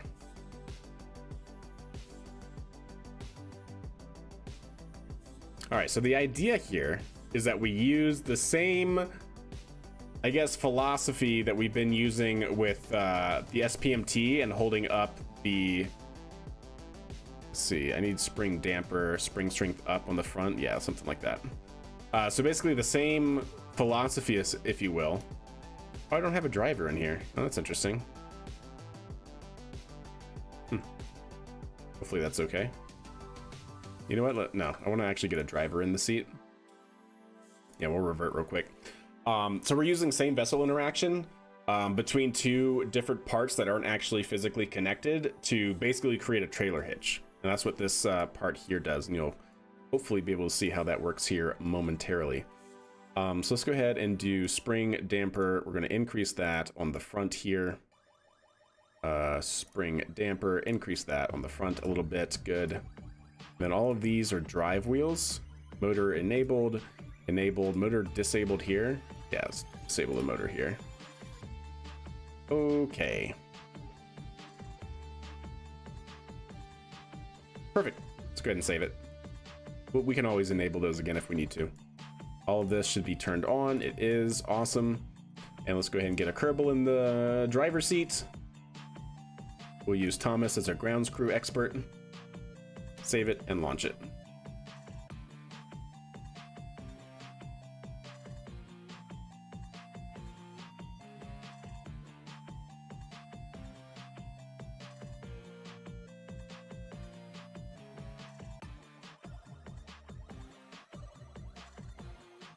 All right, come on, you can do it. I believe in you, KSP.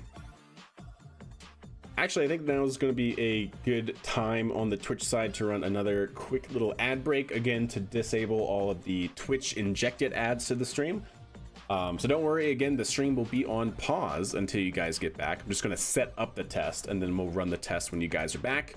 But yeah, on the Twitch side, see you back here in just a few minutes. All right. Yeah, very good, very good. So we'll have that run. So yeah, like I said, the idea here is that I love that he can just barely see over the steering wheel, so to speak. But we're gonna basically have the trailer fit inside this little notch here. And then because the trailer won't actually have a docking port to connect to the vehicle, it will just basically sit like a pen and dowel system.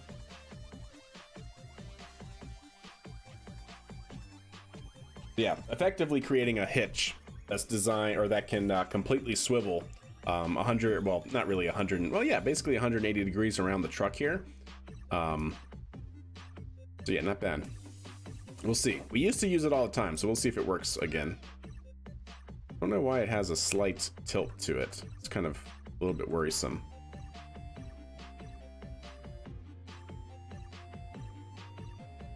Is it mine?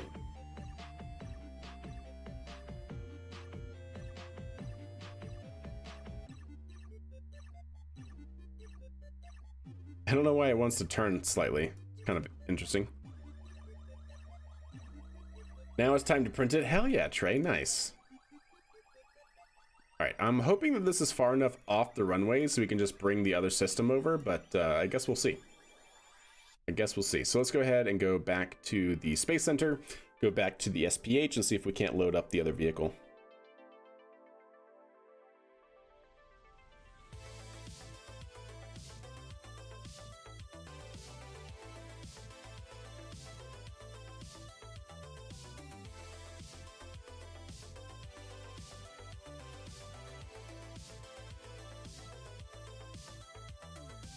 And we got another minute on the Twitch side, so no worries.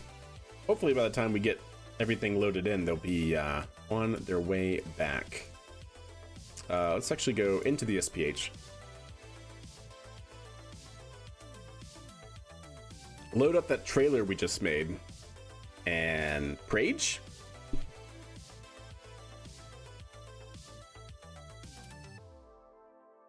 Come on, KSP. There you go. All right, so we have our truck out there. Let's go ahead and get our trailer out there now as well. There it is. Load that in. It's only 128 parts. That's actually pretty darn good. Ooh, you know what I just realized, chat? I wonder if these are going to be enough. I don't think they're going to be enough, but we'll see, I guess. We'll see, I guess, chat. Hopefully they will be. Does this do anything now? I don't think it does anything anymore. No. Okay, cool. Take you off. There we go. All right, let's go ahead and save that and launch it. Ah, no. All right, abort the launch. We got to go back out there. We got to drive the truck completely off the runway. Gosh dang it. 5 feet tall? That's wild. Okay, then. Nice. Yeah, I guess I didn't really appreciate what you said, the 1:2 scale. That's half size. Yeah, that's pretty nutty.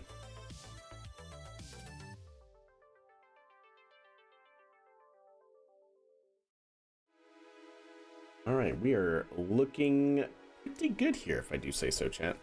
Pretty good.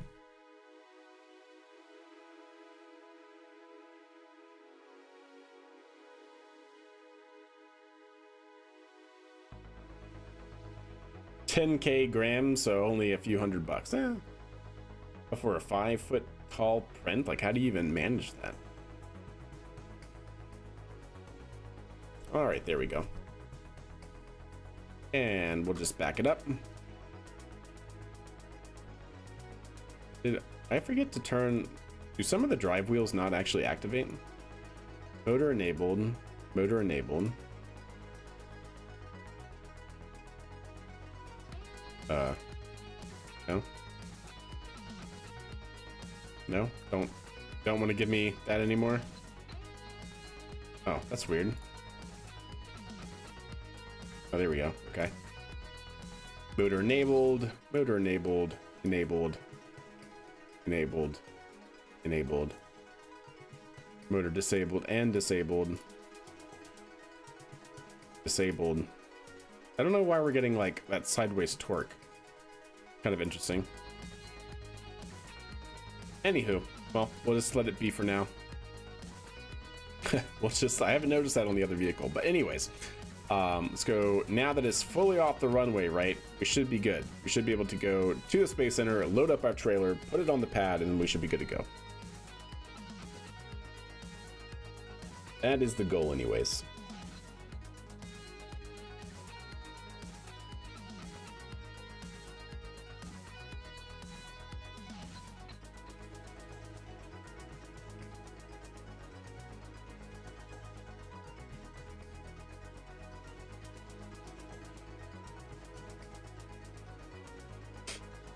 And then we'll drive it over to the crane, chat. That'll be pretty good. 35 days. Ugh. That'll do it.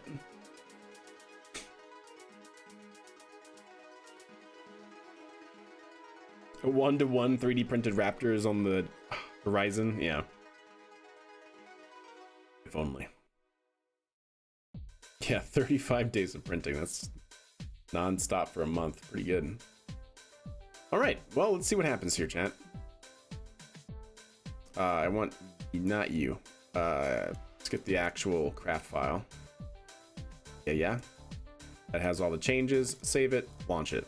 Perfect. Now we got it, chat. Now we got it.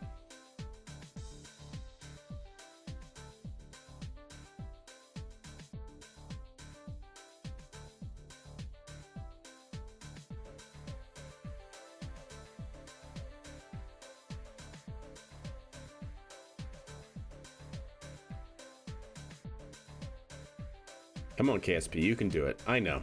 We've been running it hard.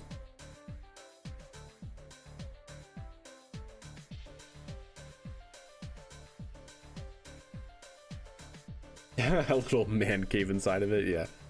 All right, not bad. There we go, chat. Perfect. Extend that up. That might be a little bit high. Yeah, we'll run it to something like that. Nope, not you. Oh, please don't explode. Okay. Whew. Good. This is fine. This is all fine, right, chat? Totally okay.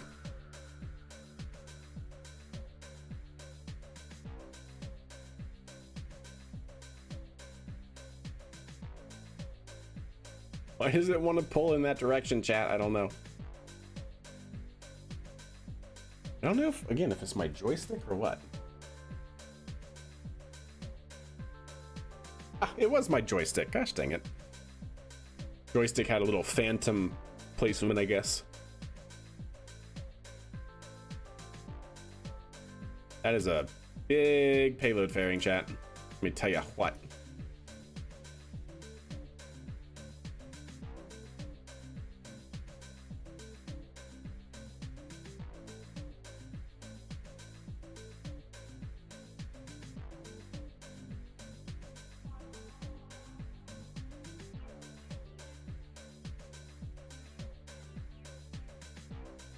There we go. Okay.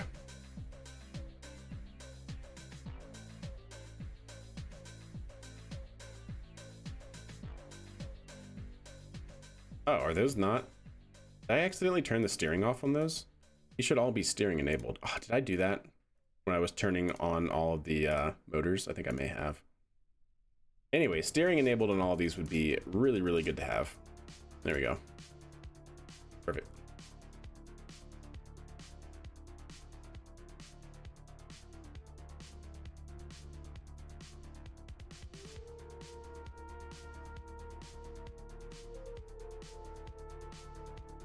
Okay.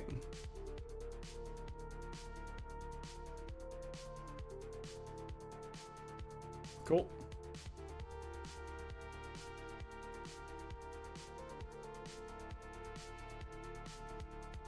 Awesome.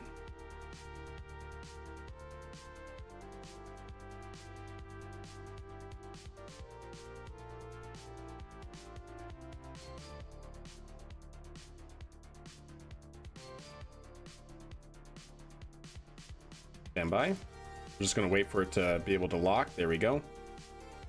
And now we'll auto strut. And we'll clamp it down. And there we go.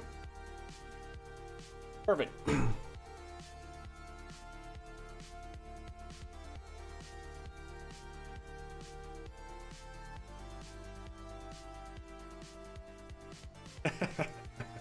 Look at that beast. That's hilarious. Awesome. All right. Very good. We'll just tow it over to the crane.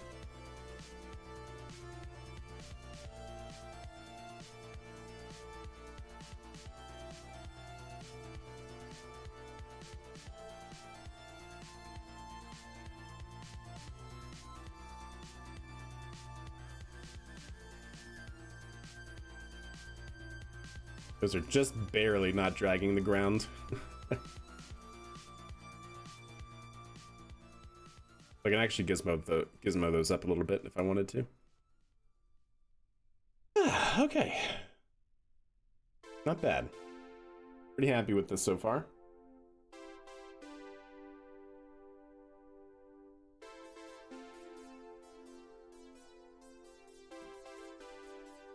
We're gonna have to definitely take the turn slow though.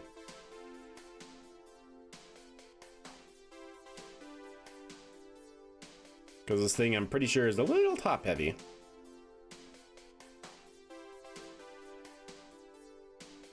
Yeah, no kidding, Sheebs. No kidding.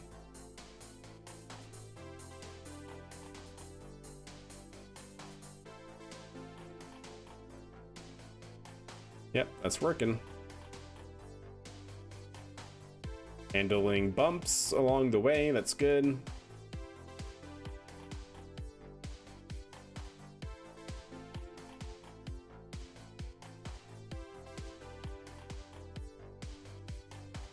Just drift you? Yeah, I know, right? Yeah, just drift you.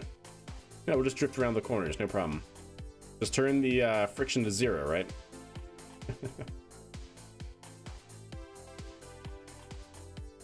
Yep, little wobbles, all good. That's why we have the part on the top, so it clamps down, so that way it can't just twist out of it, you know? So that's pretty good. And we have a pretty wide base here for the wheels, so I don't think this thing will actually tip over without me going, so long as they don't go super stupid fast around a corner.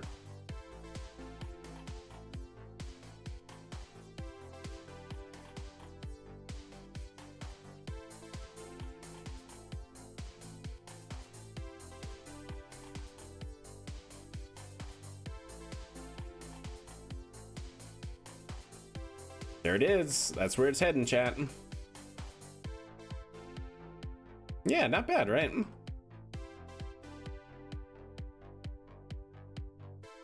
Thanks, Diago.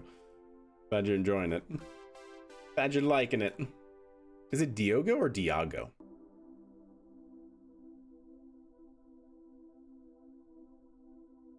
There we go.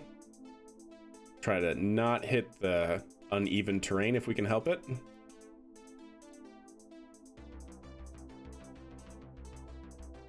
Nice. We're doing it, chat. We're doing it.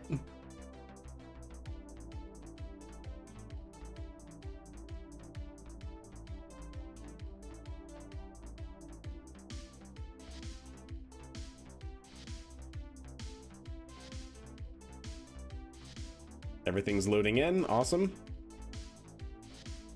Hey, DJ, thank you. Glad you're liking it. All right, there's the crane. That's where we're bringing it.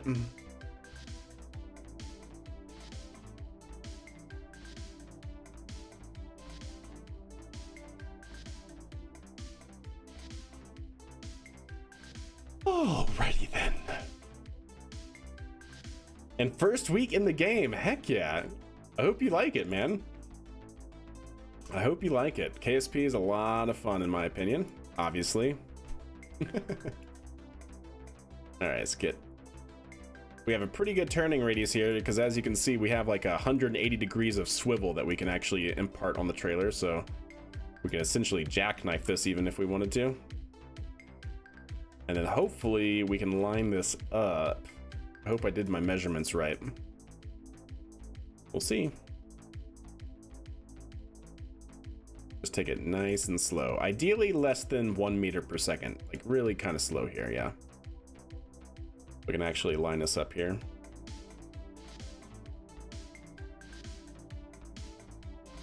How many different ways it can be played? Yeah, KSP is a great sandbox for sure. I wonder if I should put some slightly angled outwards so we're not so confined to requiring perfect alignment, but we gave ourselves some wiggle room, so I'm hoping that that'll be good enough. 100 meters per second, you say? Yeah. Kerbal Truck Sim. Yes, exactly. Very much so. Did I push those out too far? I hope I didn't. We'll just see what we can do. Ooh, those actually might be too wide. Did I mismeasure? I think that's too wide, chat. Stand by. Did I mismeasure? I did. Oh, gosh dang it. How did we do that?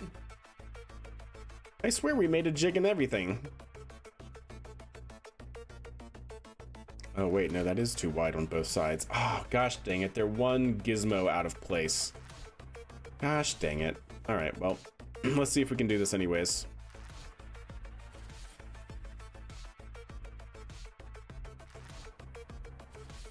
The jig didn't jig. I pushed them out one too far, I think.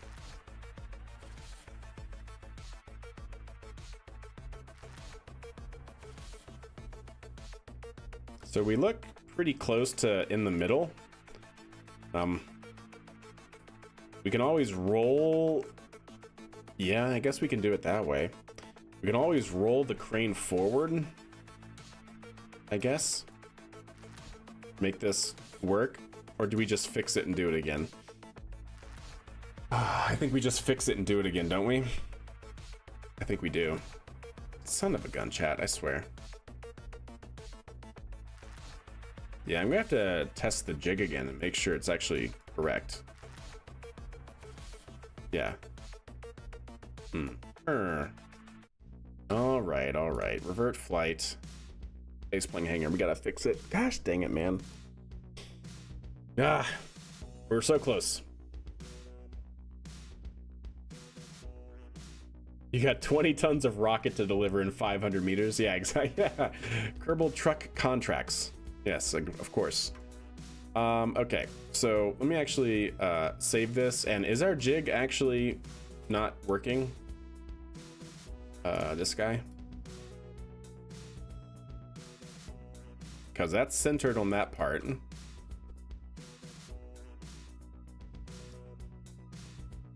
I moved him out. Chat. I was looking at the wrong thing. They need to be on the inside, not the outside. Silly me. Everything is out too far. It needs to be like that. It's got to be on the inside. I was thinking it had to be on the outside. Silly me. The jig did work. Just my silliness. I didn't make my jig stupid idiot proof. Alright, that all works there, and then we got to push that back.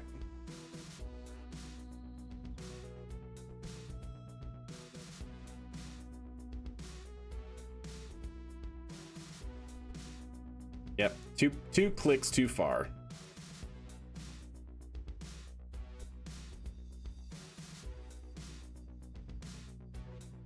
All right. That should be correct. And now we can actually take these. Oh, okay. No, I'm good.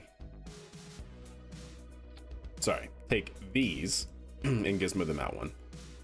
Like that. Maybe even another. Yeah. Just to maintain that wider stance. Okay. Let's try that again, chat. Save it. Launch it. They were using the ruler upside down. Yeah, that sounds about right. Missed it by that much. Yes, indeed. Oh, we could actually have done that on the trailer as well. I think this will be fine, though. I think this will be fine. Because we were able to do that with everything else so far without having the guide rails. So, yeah, it's a little bit tougher because we're actually controlling the truck on the front end with the swivel point on the truck instead of directly controlling the vehicle, but I think it'll be okay. We just have to practice our backing up of the trailer skills. Yeah, that English.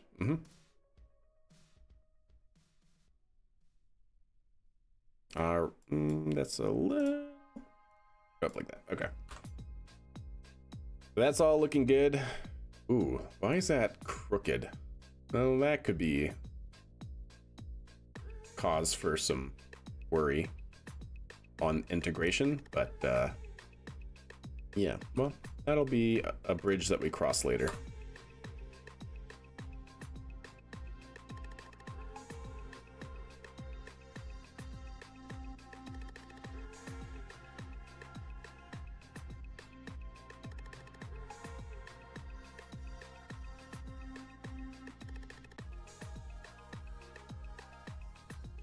The chat will provide the beep beep sounds. Good, good. I knew we were missing something. We'll worry about it later. What could possibly go wrong? Exactly. Yeah, if we don't worry about it, then nothing could possibly go wrong, right? Why worry about something that's never going to happen? Anybody? Anybody? Quote on that one? It's a little obscure, but still. Kind of a powerful quote from a good documentary series.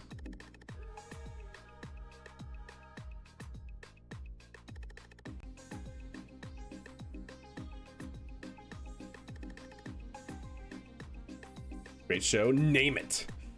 You name it. Bad person who said it, though. Yeah, that's true. That seems aligned. And also, while I'm here, I need to make sure I do this next time. Steering on all of these.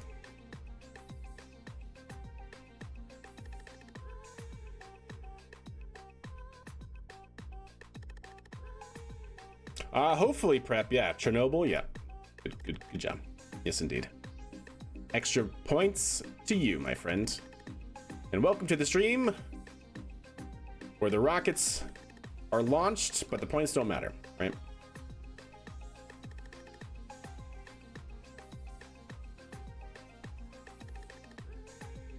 Cool. Every freaking time, I always go to the wrong one.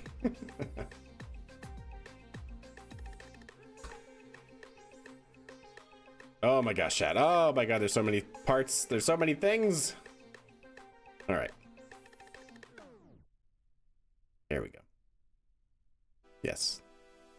So that is away. Very good. Go back. Okay. Pew.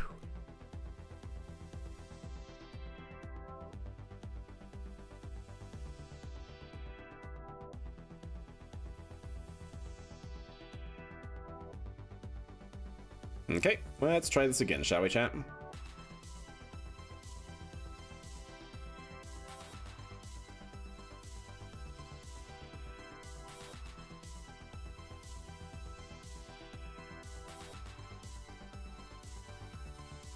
Yeah, exactly, Sheebs, yeah.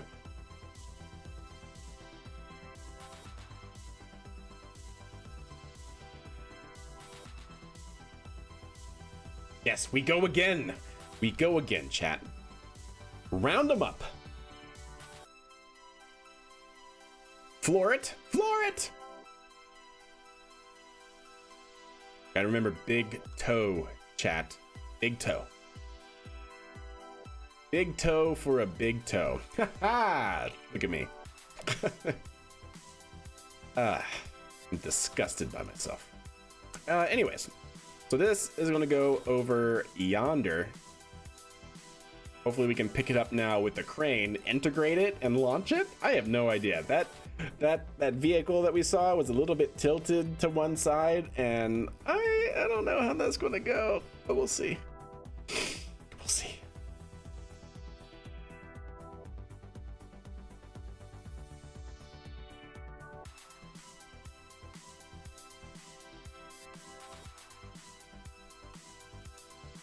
All right, coming up on turn 1. Into the hairpin.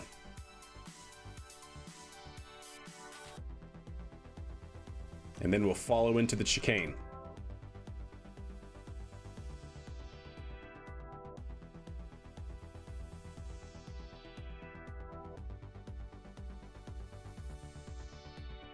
Very good.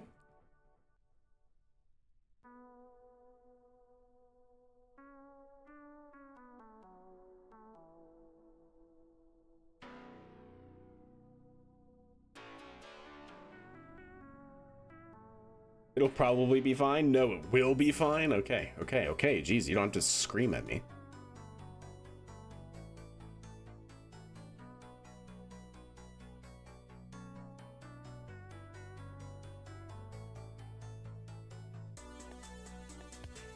All right, we're looking good. Little lefty, little righty.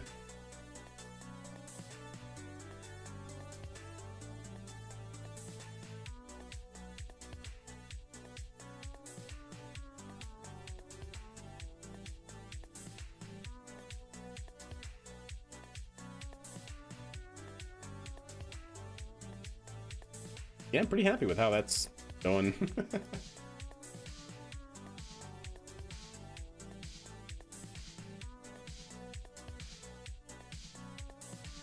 Oh, thank you, Evil. Glad you like it. Yeah, not simple yet effective.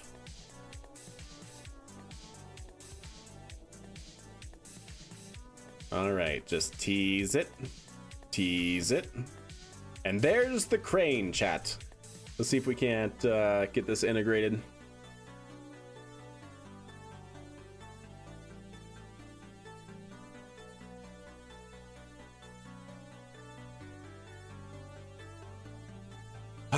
We're so close, chat. I can taste it. I can taste the burning soot of a reusable rocket landing over there.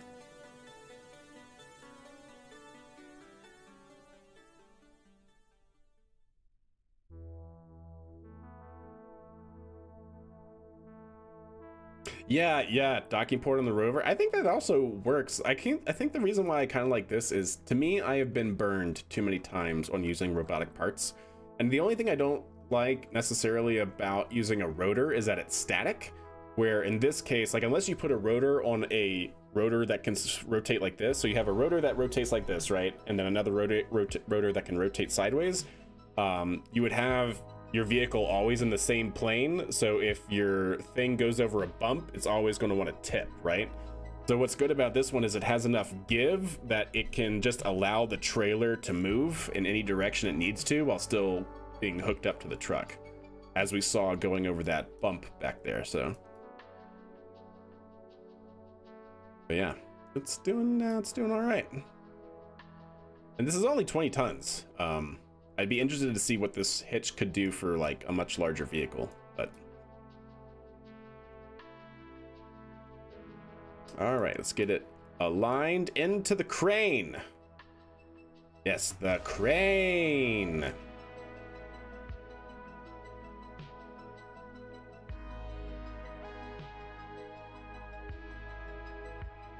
Look at that, chat.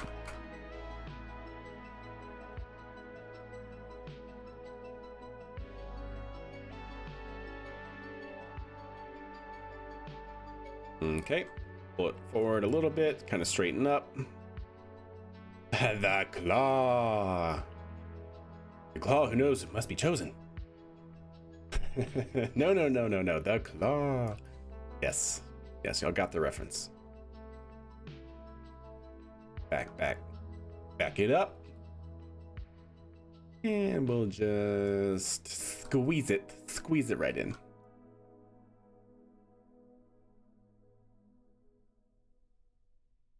And about here, need to really slow down. For anybody who does trailers and logistics and stuff in real life, how much easier would your life be if your truck could have fully actuating wheels? Just out of curiosity.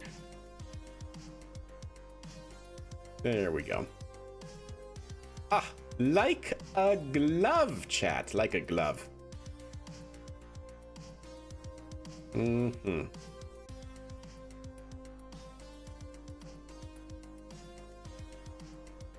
No, so we put it out on the pad. We launched it, so to speak.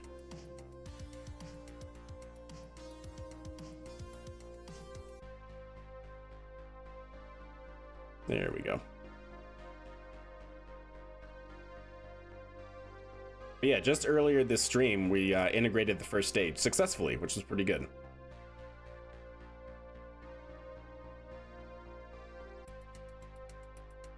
All right, we're in the guides.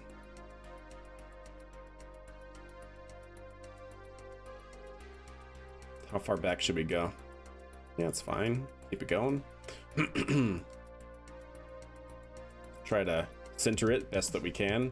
There's a little bit of wiggle room in the guides on purpose, so hopefully that will not come to bite us.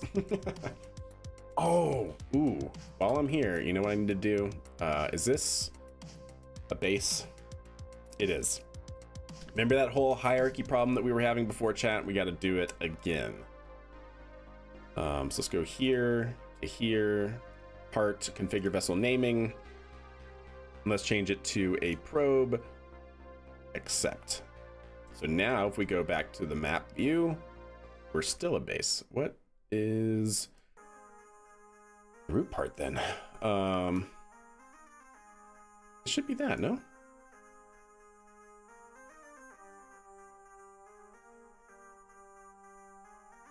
Oh, is it the trailer? Might be the trailer here.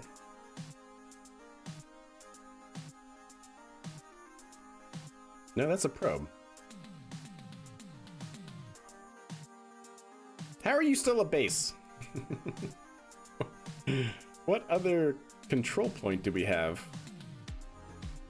There should only be that one. I am confuzzled. I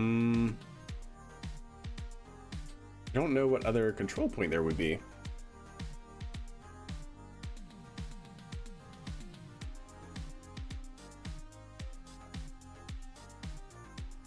Yeah, and it's not updating. Do I need to switch vehicle?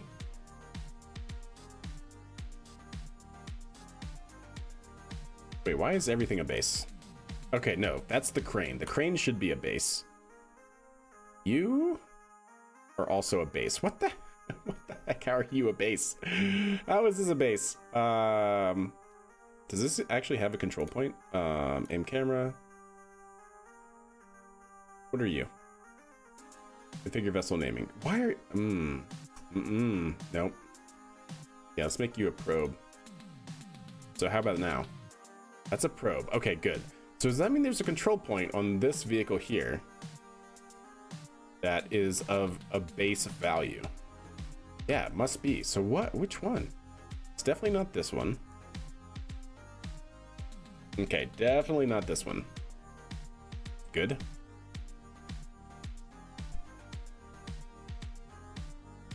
Is it a base because it isn't an acid? Yeah, something like that. What would be the control point or whatever set to? Can you do vessel naming through a docking port? No. So it has to be a control point. So what control point would have it set to base that I'm not seeing here? Because I only see that one.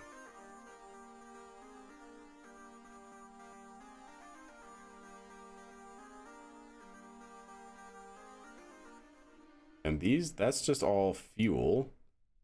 And that should be nothing either. What the heck? What? Electrical charge. Battery, probe. So there's a probe there. This is one that we've already talked about. There's a probe there. Recharge, recharge. Okay, so probe, probe.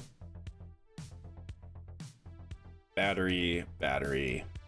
Don't care battery, don't care battery, don't care battery, don't care battery, and don't care battery.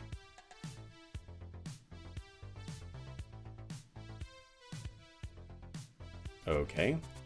Configure vessel naming is a probe and cancel. Configure vessel naming is a probe. What the heck? What is going on? Why are you a base? What's up, Jake? How are you? Hope you're doing well. Looks cool. Thank you. Yeah, we're getting there. We'll see if it'll work. I don't know. It might just explode. It's already done that a few times. We're eternally grateful. Yes, I'm glad. Thank you. Let me go to configure vessel naming and remove vessel naming. Is that what I need to do? And then configure, and then go to say a probe and accept, and then configure vessel naming, accept that. There we go. Now it works. Okay, cool. Something just kind of buggy with that, I guess. Okay. So now we got to find the truck. Out of all of this, okay, there we go. We got to find the truck. Good. Let's go ahead and open that up. Don't need that. Go back to this. Open this up. Probably put those pretty far kind of down a little bit. Really lift it off the truck as best we can. And do the same thing here. There we go. And then if we bring out our Aero GUI data, and then we control from here.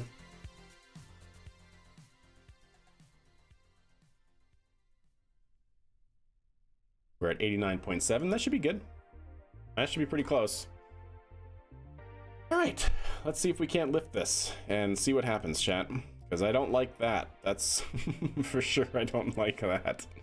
Anyways, yeah. If it doesn't explode, it isn't Kerbal. I mean, that's fair, I guess. The claw.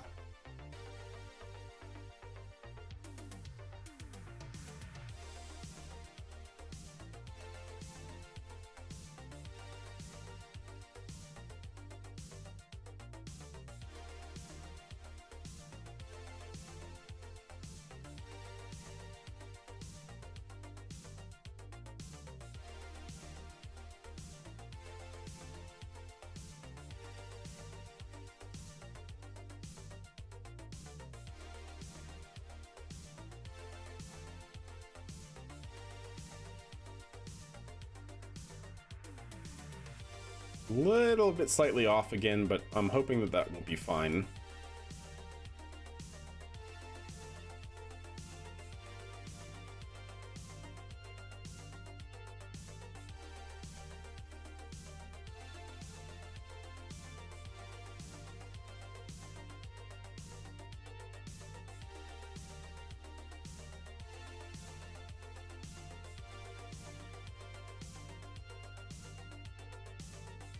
Okay, and here we go for capture.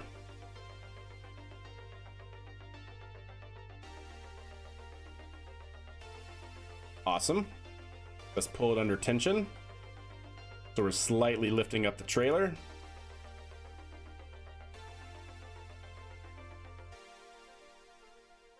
And undock. There we go. And lift away.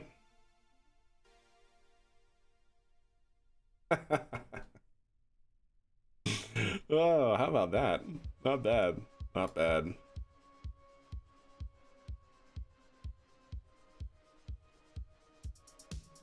Yeah, a little worried about that though. We'll see.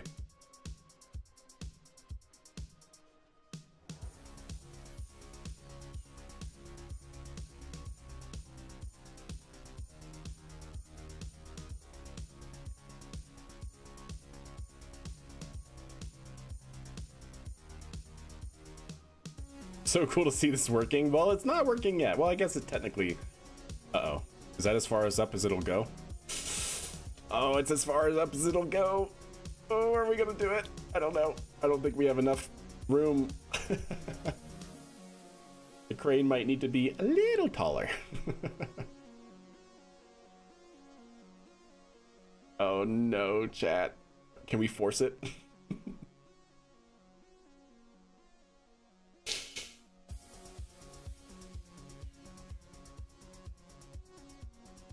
Oh, this doesn't look good. This is fine. Oh, that's totally okay, right, chat? That's totally not totally normal. Ay.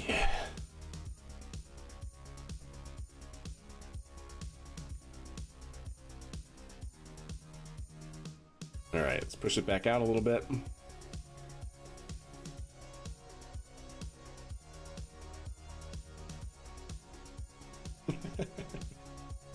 It'll make it. It'll be fine. We'll just dent or break the carbon composite interstage. Totally fine. Don't even worry about it. All right, that looks good. So what are you? Are you still a base? No, you're a probe. Okay, good. Oh no, that is not looking great for our heroes though.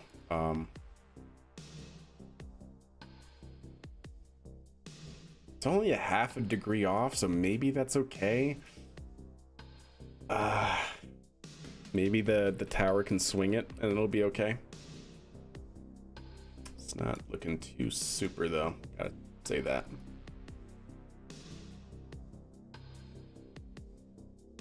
The trailer and the truck did wonderfully, might I add, right?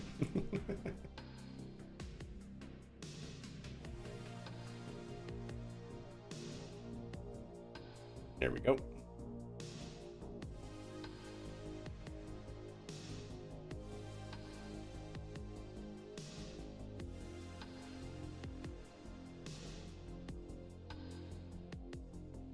What are you caught on? What are you caught on? Oh, are you not actually hollow? Or what's going on here? Oh, there we go. Okay. I just, yeah, gotta find the groove, I guess. That's so weird. The fairing is not, like, perfectly hollow or whatever you want to call it. But it does have, like, a collider box somehow. It's kind of weird, but we're there. We're making it work.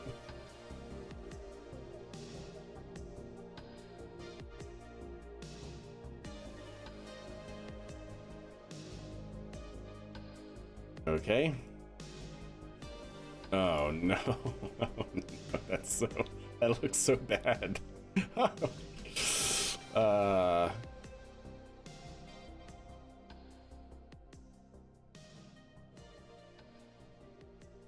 Oh, why are you doing that, actually? Wait, is there an invisible barrier here that's not going to let us do this? There is. What the? I can't go down any farther. What the? What is it getting caught on? Is it the fairing? Hold up. Let's push it out a little bit, because it seems like we're kind of crooked, I guess. Yeah, are we getting caught on the fairing? Oh, if that's the case, oh, that's such a drag. What are we getting caught on? Is it the fairing? I don't know. It's so close, though. Can we just slam it? Oh, we can just slam it.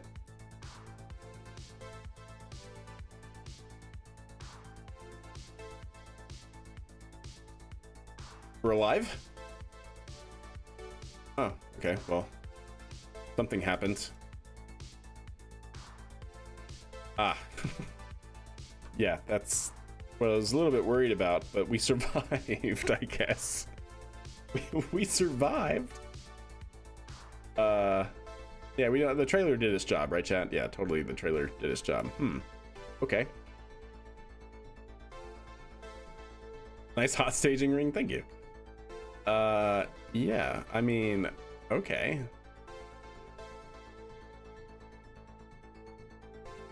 I guess.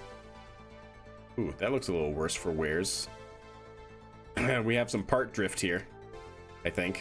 Is that what's happening? Yeah, we have some definite part drift here. So slamming that down, not ideal. Who would have guessed, chat? Who would have thought? Okay, well, let's separate everything. I'm gonna pull it under tension as much as I can, and then make primary and undock. There you go, perfect. Okay. I mean, could have been worse, right? Let's see if we can't use the truck and tap the pad back into position. What are we doing? Good luck undocking those in flight. Yeah.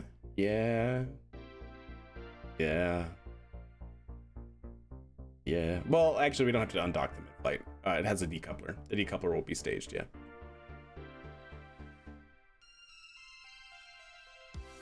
We're just gonna give it a little tap.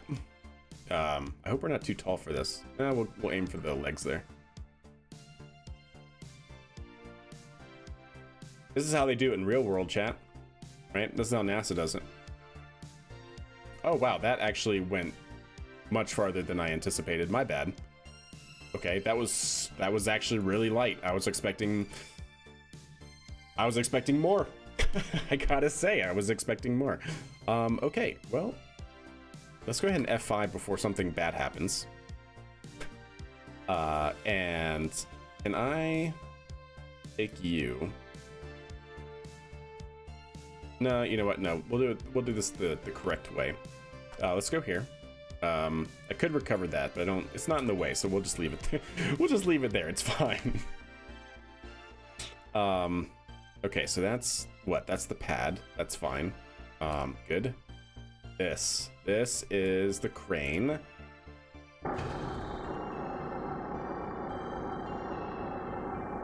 It seems like Thomas won't be losing his job today. That's true. It's accurate. All right, EVA. Oh, nope. Well, actually, I guess I can still go back to it, right? And turn the brakes off. Yeah.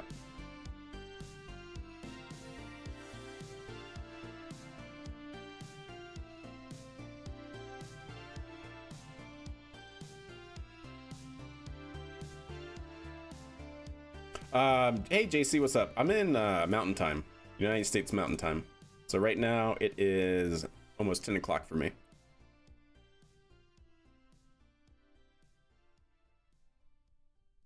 All right, use your big forehead, Dr. Longballs, and yeah, move the crane. Thank you.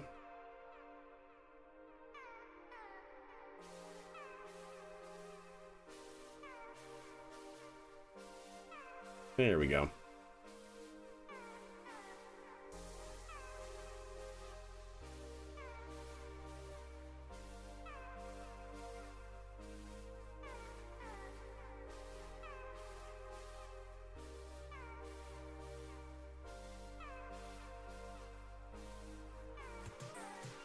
You night owl? Yeah, pretty much.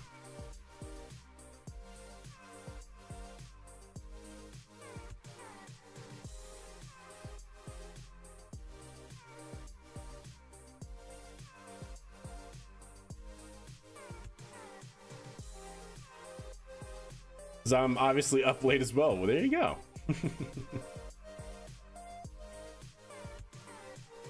Strong little guy indeed. Have the guy run into it to move it? Yeah, it's kind of. They're a little bit, they have a little bit more finesse if I'm being honest, you know. Just a little. Did the Kerbal get off the truck to give the rocket a push? No, the crane. The crane, yeah, we need the crane. We need the crane to move. And believe it or not, Kerbal power, like horsepower, is very effective and efficient. All right, you know what? I'm gonna call that good, chat, because, right? That should be good. Totally. Okay, maybe just a little bit. If we have an Astra Flight 6 event, you know, it might be good to push it a little bit further.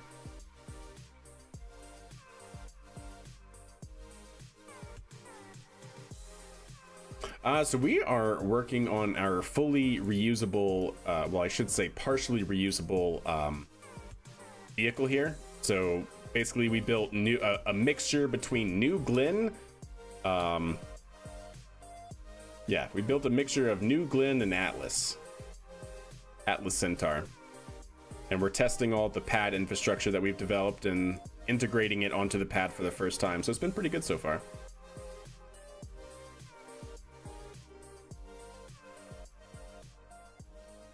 That would be, yeah, pretty interesting, Lun. All right, I think that's good enough. We're gonna call it there.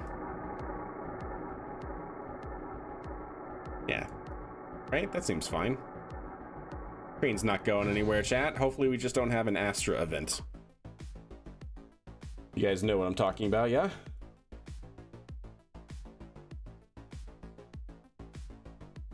This one? Every time, chat.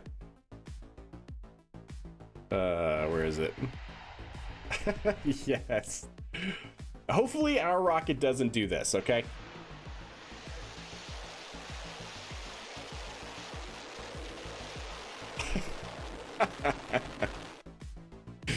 Yeah, I'm hopeful that it does not do that. Anyways, let's go ahead and bring the crew away from the launch pad. We'll bring them to the ASD, or the arbitrary safe distance.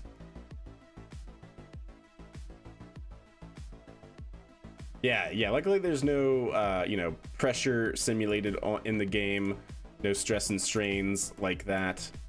Yeah, that way we can just have that there, no problems. When SAS is giving it its all, yeah.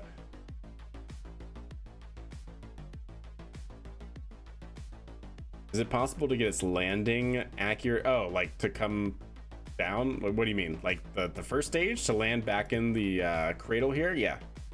I mean, it's possible. Golly. I mean, there are concepts out there for that.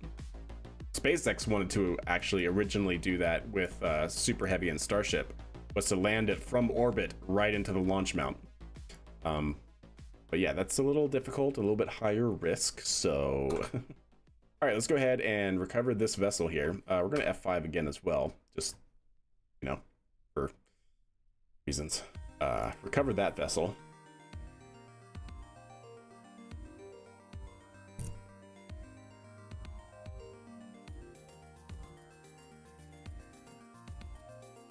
Catching it with Mechzilla makes more sense. Arguably, yeah. I mean, it certainly simplifies certain things while complicating others, right? Because you can imagine that if you can just land it right back into the orbital launch mount, well, then you don't need Mechzilla, you don't need catch arms, and so you don't need all of those robotics and sensors, and so it simplifies that. But then you have much higher risk because you're trying to land a rocket in a system that has like almost no margin for error. At least the catch arms have margin for error because they can, you know, they have a pretty wide angle that they can twist and stuff. So yeah, it's a trade-off, like with everything, right? Yeah, so that's fine. That can stay there. That's all good. Okay, let's see what happens. Yeah, let's go here to Minerva, fly, and let's get our VS code up and running. We'll see what happens here. We have to check all of our staging and everything.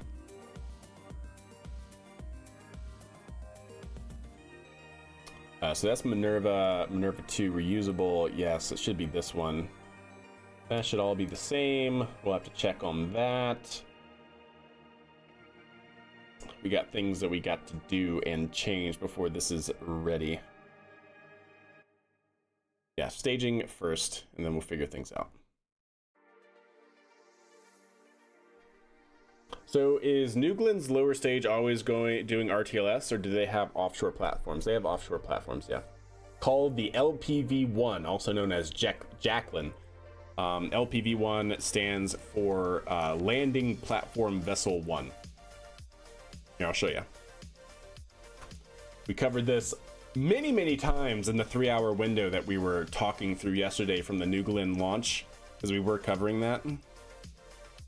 I can bring up the pictures I was talking about.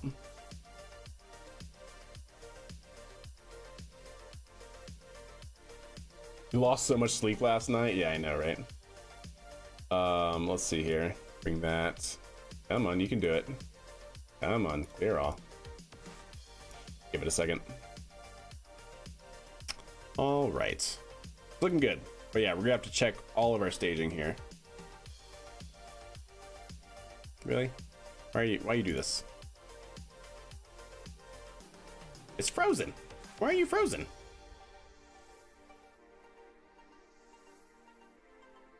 Oh, there we go. Just had a click there.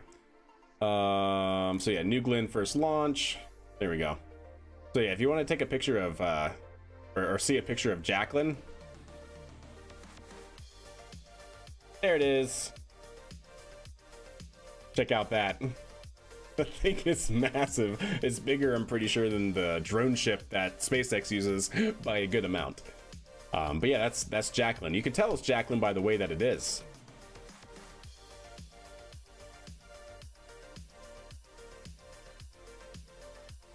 Yeah.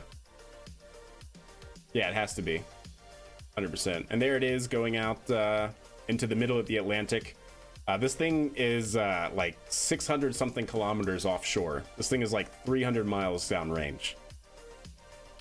There's the ROV, or remote operated vehicle, that goes up and basically connects into the pneumatics and the telemetry and the power systems.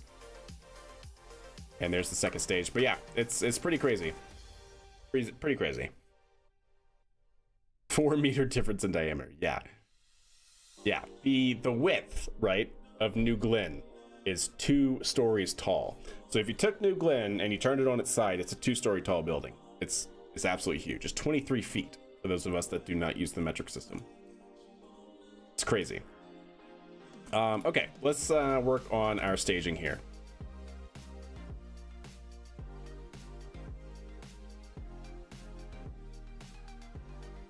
Okay, that's all set to go there. That's fine. I can port enable staging. Bring this down. Make that primary docking port. Okay. That's a decoupler up there. I need the main engines. Where are the main engines? That one? Yeah. So we have those. We need a main engine. There we go. Check your staging, chat. You know the drill. That is the poodle on the second stage. That's fine. That's the decoupler. I think that should be fine as well. Okay. So separate that. Yeah. Bring this up. Okay.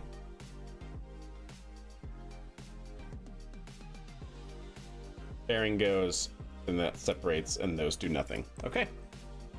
That seems good. Let's get our flight log, our avionics out, and make sure everything is good to go. So we have our countdown. We have our outboard engine. We have pad separation. I'm hoping that that works with the enable control point, or enable what's it called, docking port staging. I'm hoping that that'll work. That all looks good. That action group 1. So action group 1 is what separates, right? Is that what I was looking at? Yeah. So if that's the case, then let me aim camera, because we're gonna have to come down here and make sure that this is on decouple on action group 1. So I really should do all this in the VAB, so that way it's all just set up, but no worries. Decouple. Good. For now, we're just testing.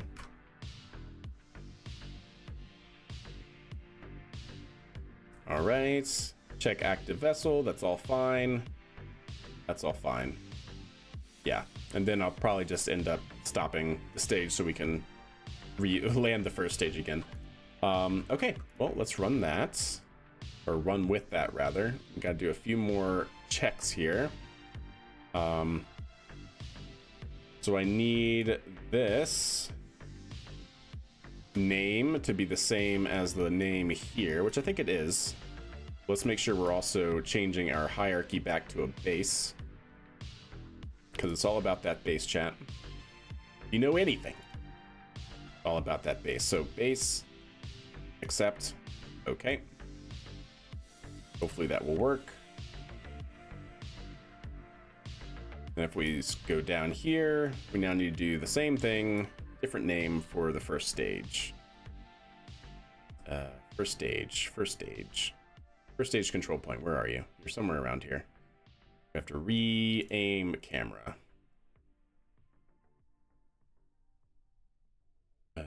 Where are you? There you are. That's the first stage. Configure vessel naming, base, but we'll only call it 10. Accept. Okay. Very nice. And then last but not least, just to cover our bases here, part, configure vessel naming, probe. Awesome. Okay, that I think should be fine, chat. F5. What mod or programming language? Yeah, KRPC. KRPC is the mod that allows you to interface with a lot of different programming languages, actually, with KSP. I think it supports C, C#. It supposedly, I think, supports Rust, Lua, Python. There's a few. All right, let's go ahead and fill this up. Fully fueled. And this mod is called Kerbal Constructs, that allows you to have extra structures and even fueling outside the VAB.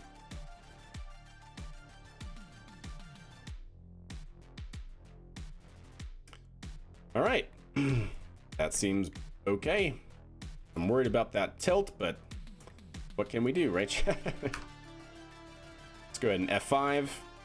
And I think we're in it to win it. I think we are in it to win it. All right, so I think I'm going to, before we launch, chat, I'm going to run one more quick ad break on Twitch side, just so that way anybody coming in at this time will not see the ads as we do this launch. Don't worry, we're not going to launch it until you guys are back. Y'all aren't going to miss anything. The stream will basically be on pause, but I will see you guys here on the Twitch side in just a few minutes. All right. Did not know that. Yeah, I think it supports Rust now. I think it's an unofficial update, but I think it does support Rust.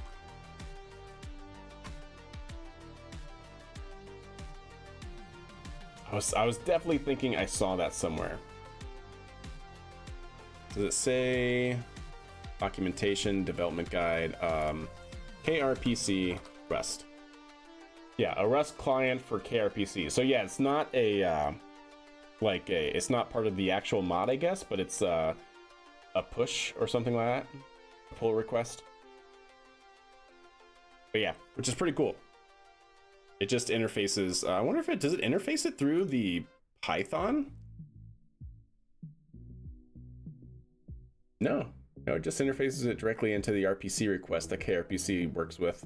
That's cool. Huh, I didn't know that. But yeah, so there's this KRPC Mars from Kahu,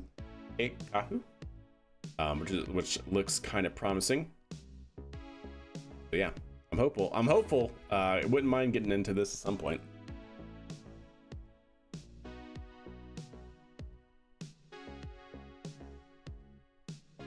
All right, but anyways, yeah, it's pretty cool.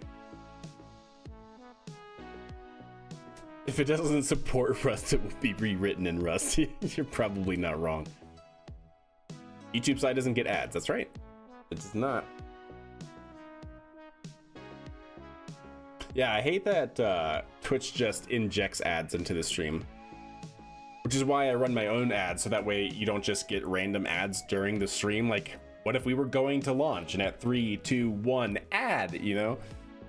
So that's why we periodically run ads, just to make sure when there's downtime, it gets rid of it on the Twitch side.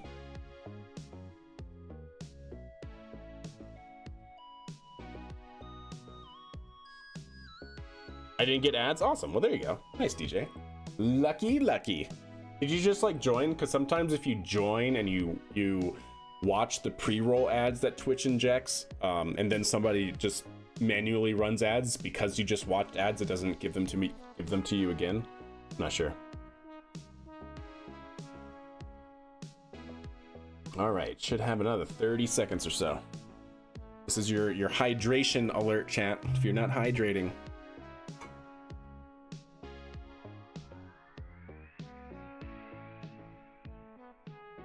Work well for stretch and bio breaks. Yeah, I agree. And it's just a little chill downtime, you know. An ad blocker on YouTube doesn't affect you? No, I'm not monetized on YouTube.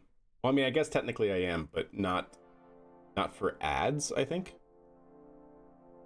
I will now down an entire bottle of water. I thirst. Yes, very good.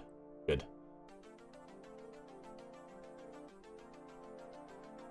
It uses time to claim a lot of games from Prime. Hell yeah, nice. There you go. All right, I think Twitch is back in action, so let's go ahead and load up our flight software that we have going here. Yes, good. So we're just gonna launch it, see what happens. We're gonna F5 before we do so, and then yeah. Hopefully our staging is right. I think it is. I hope our staging is right. Anywho, let's make it happen. Can I please? Yes, I can. There we go. What if we watch it from this, chat? We'll watch it from this angle, I think. Or maybe we'll switch to this once it's in the air. Maybe that's what we'll do. Yeah, we'll switch to it once it's in the air. There's a lot of docking ports. Goodness. All right, well. There we go.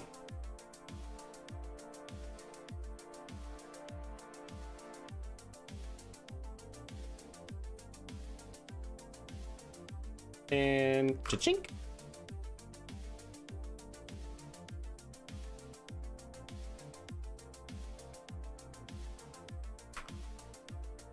All right.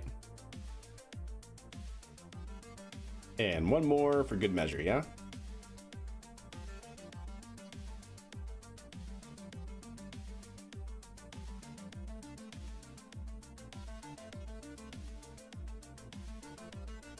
There we go. All right, well, let's see what happens. Like I said, I do not like that list, but what are we gonna do, right?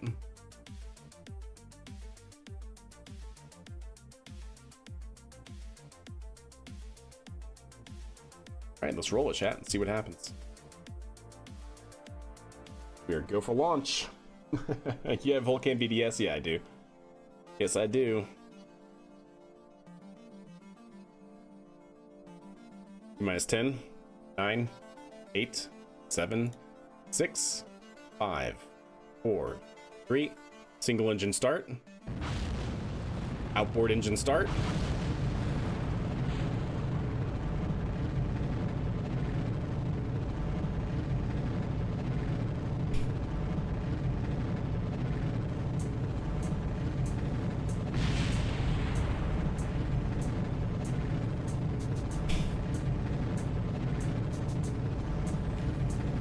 We had pad liftoff.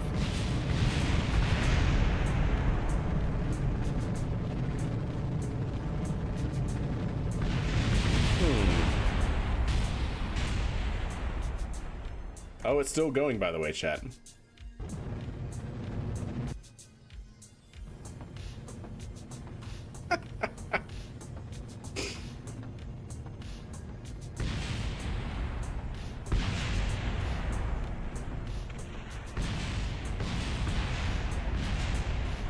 Nice. It's still going. It is still going.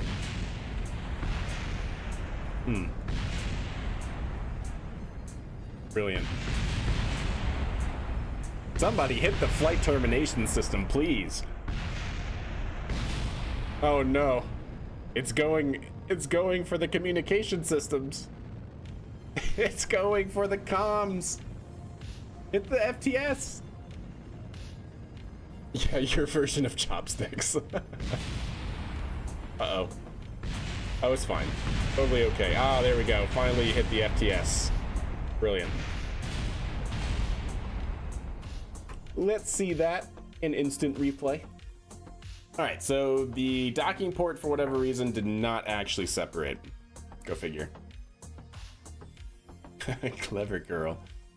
Yeah, decent TWR. Yeah, you're not wrong. I'm a little surprised, honestly, that it had enough TWR to lift its fully loaded self and the pad. I actually don't know how that's possible. I thought we tested that and that was not possible. But, you know, it's fine. Oh, sorry, DJ. Yeah, the bot is a little strict, I gotta admit, but I'll permit you for that. It's gonna be some paperwork. Yeah, luckily we can just, you know, pretend that didn't happen. And, oh, well, look what you behold. It did not. We're back. We're fine. Everything is fine. It was a fever dream, chat. A fever dream, okay? 100%.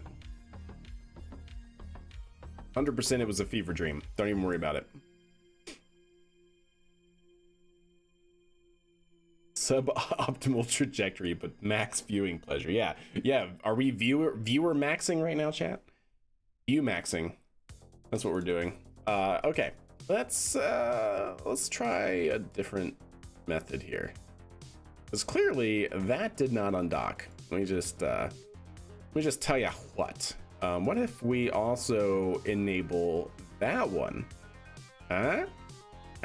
We got two of them going now. That's good, right? That'll work. That'll work. What could possibly go wrong? Let me also just make sure we do have that working, right?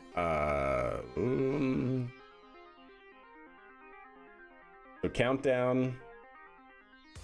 Outboard engine ignition. So that's first stage engine ignition, outboard engine ignition, and then activate next stage should be the pad separation. Should be. Yeah, should be. You know what I just realized, chat, as well? I don't know if I want this sleep to be here. Yeah. I don't think I do. All right, cool. It was a gas leak. It didn't happen. Yeah, exactly. Yeah, let's try that. Yeah, now we have 2 docking ports in the loop, so what could possibly go wrong? Actually, stop the count. We're fully fueled, everything is good, right? Yeah. 2 pads, okay, let me make sure I F5 at this point now. There we go, and let's run it back. 10, 9, 8, 7, 6, 5, 4, 3.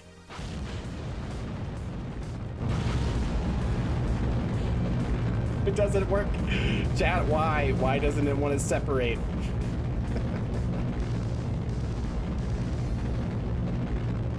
What if I did it now?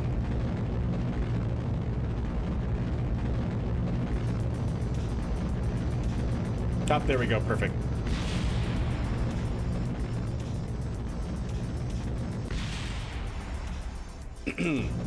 No, we gotta witness. Witness me. Witness me.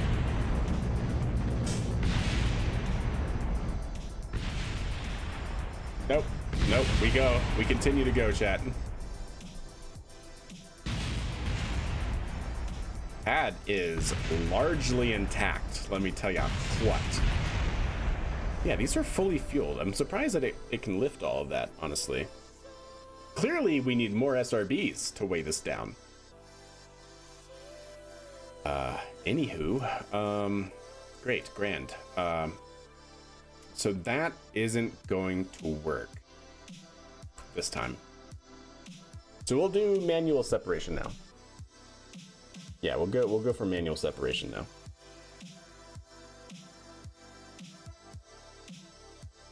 Pad is go for RTLS, yeah. Yeah, it's good. Oh, golly. All right. We have one more trick up our sleeve, chat. One more. 1 second, chat. How did I do this here?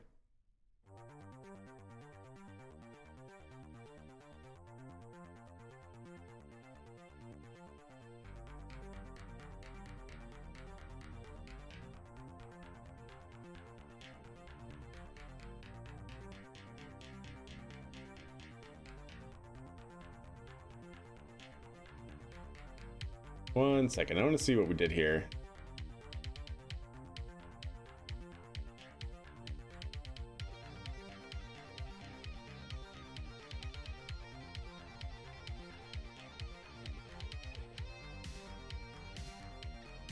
So that's fine. We had another...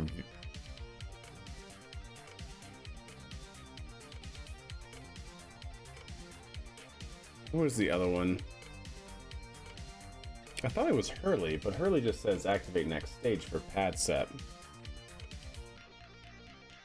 I was thinking we had a trick that we did last time when we were doing this.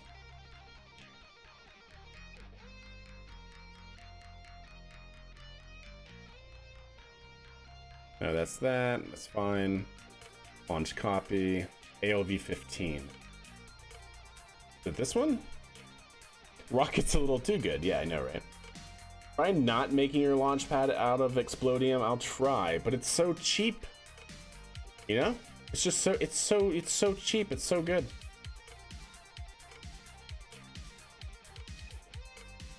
Attempted pad disconnect.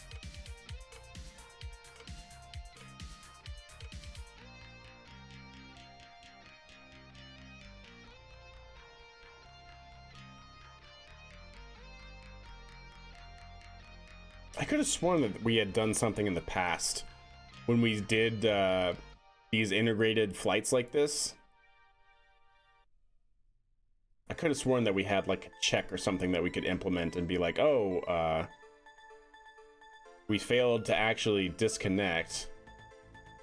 Like search for the particular docking port, and if it's the correct docking port, then we manually undock. I was thinking that we definitely did that at some point. I don't remember where that is, though. We can implement it again. But for now, I think just because we're testing and for the sake of time, what I'm going to do... Oh, I know. Stand by. search for pad disconnect. Really, I don't have it here.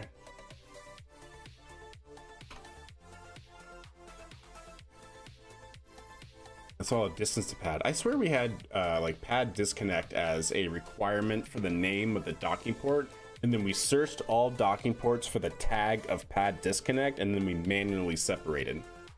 Maybe that was an older version of our code base though. But I vaguely remember that.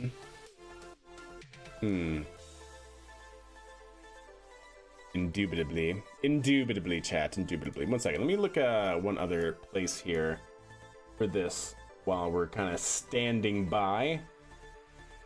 Let me see, it'd be here. Go to Twitch, go to KRPC scripts. La la la la. Add disconnect.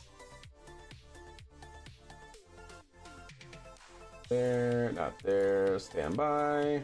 Not gonna be there, not gonna be there. KRPC. Pad. Add disconnect, nothing? No? What about just disconnect? No? Okay. I'll have to find it. I'm pretty sure we did that, but I'm pretty sure we can just do what I was talking about earlier pretty simply. Yeah, no worries. Anyways, like I said, for the time being, what we're going to do is just do it manually, because we can. So to do that, instead of that, we will have our pad sep not even a thing. Okay, let's run it.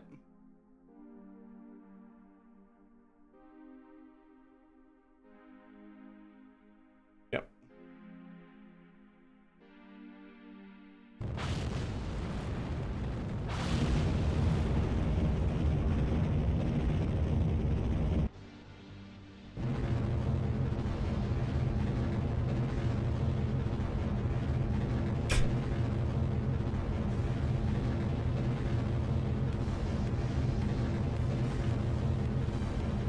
Ah, son of a gun, chat.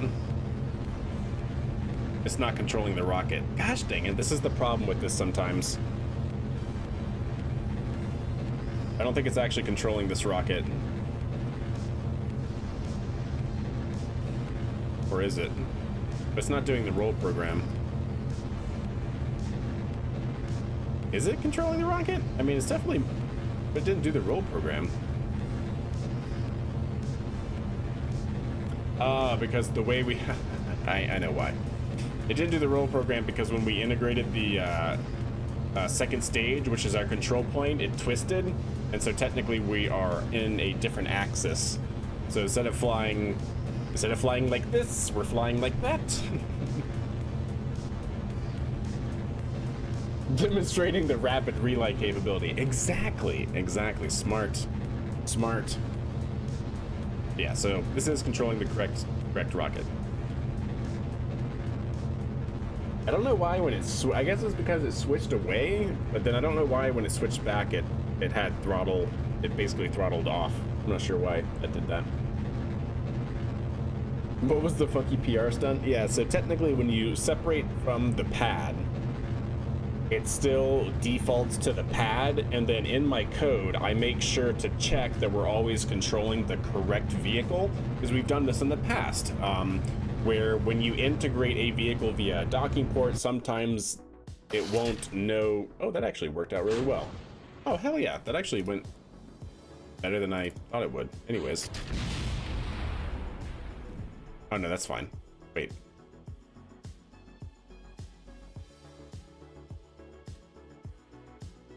Hey, why didn't this? Ah, whatever. I don't care about that. I care about this. My question was going to be why,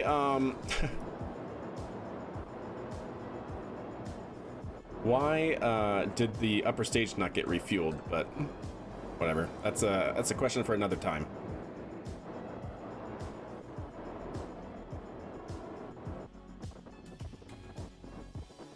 Is it off, by the way? Yeah. Okay. Cool.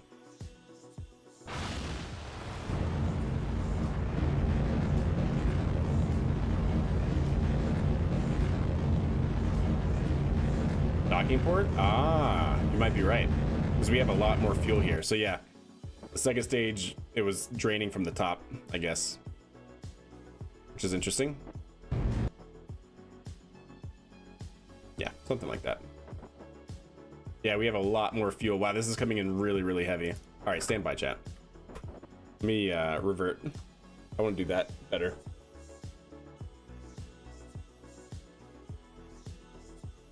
Just computing it all, T-Money. Actually, unfortunately, as far as I know, KRPC cannot communicate with the trajectories mod. So we have to calculate it all. JC, indeed. The ascent trajectory seems really steep. Yeah, it's because we need to make sure that this thing gets high enough. Because in a real world scenario, and I mean real world as in like in a mission mode, if we're trying to get a payload into orbit, right?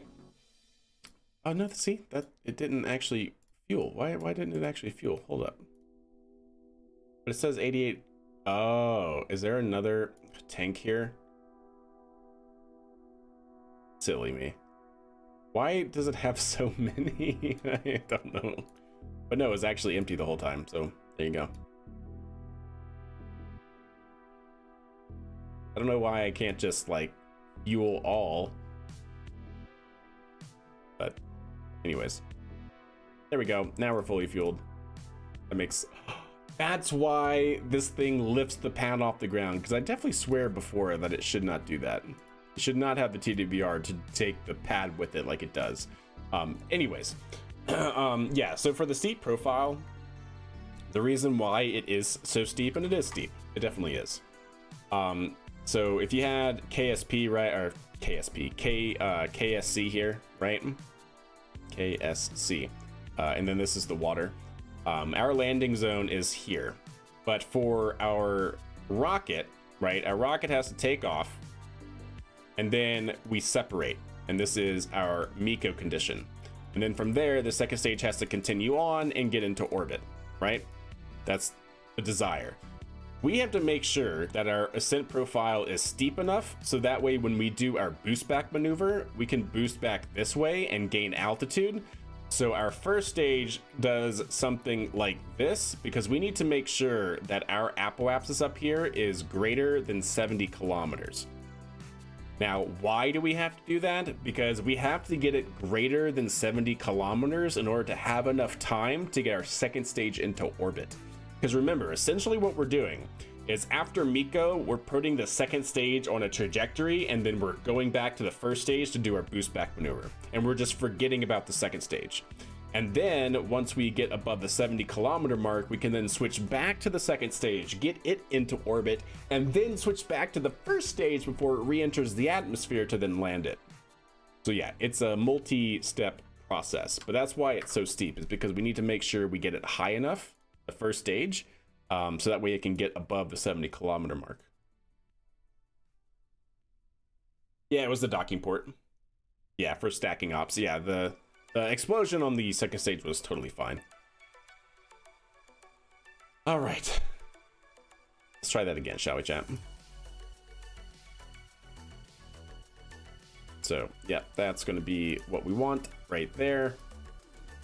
Everything should be fully fueled. Let's go ahead and F5 at this point for testing purposes. Yeah, there is FMRS.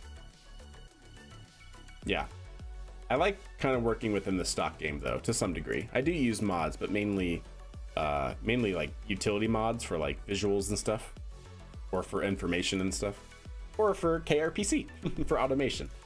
But yeah. All right, let's try it again.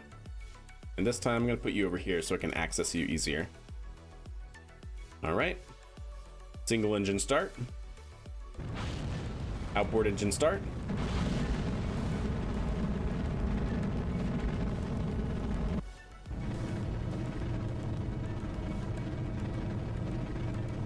I don't know why it does that. Anyways.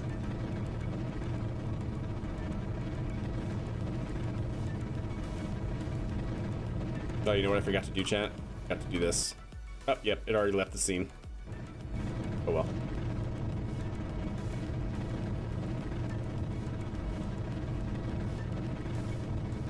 Python automated? I'm hands off the controller right now. Python is running in the background and controlling the rocket. But yes, Python automated. See, no hands. And we should see an automated throttle down here soon for max Q. There it goes. It is throttling down, trying to maintain a specific dynamic pressure.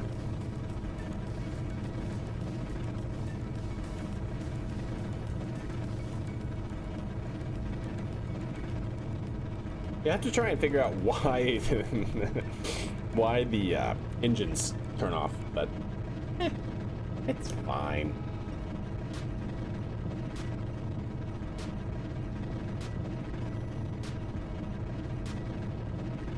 All right, we're looking good.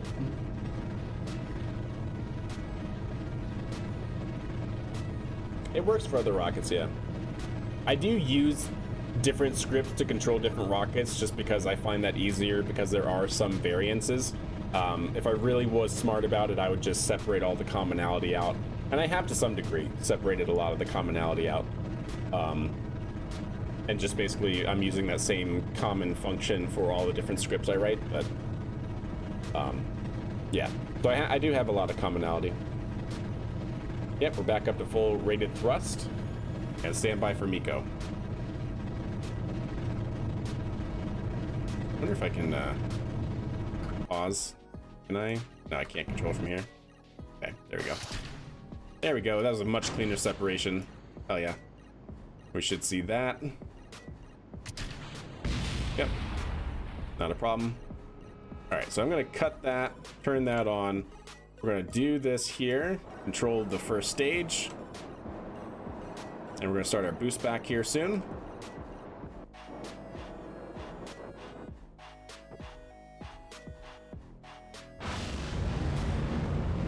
So this is me manually controlling the rocket now, just for the boost back phase. Trying to get it above 70, but all right, that seems good. As good as I'm going to get it. Now we can control the second stage and get it into orbit, or at least try our hardest to.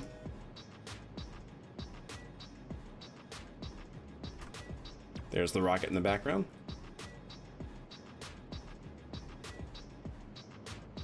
Good set.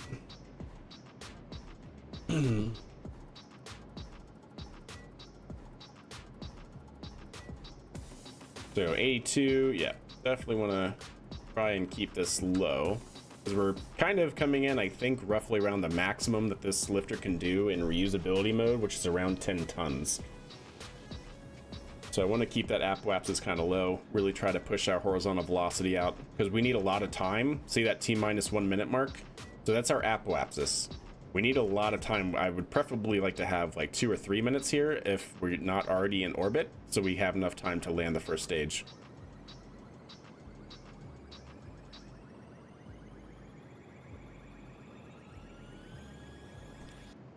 Yep, it just passed apoapsis at 58 kilometers. Our apoapsis is being pushed down range. That's good.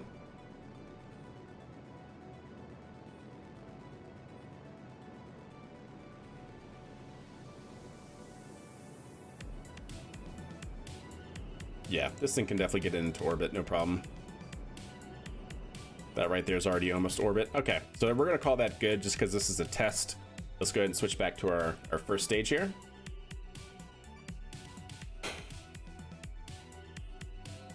It's a feature, exactly.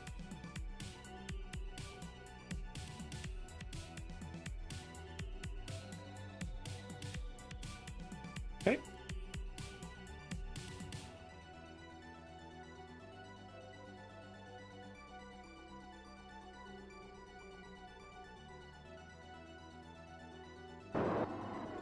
All right, hands off again, chat. This is automated landing. Let's see what happens.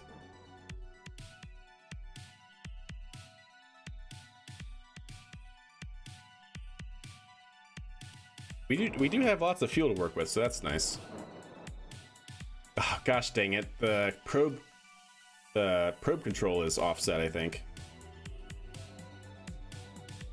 Yeah, the control point's offset. Actually, can I stand by?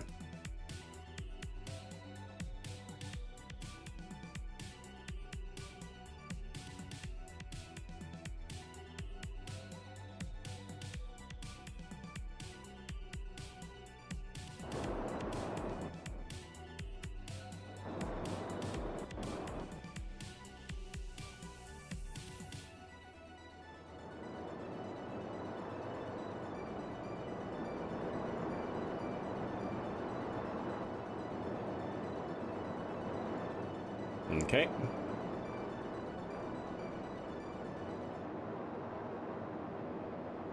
Yeah, I think I messed up the control point. It's not going to do good here.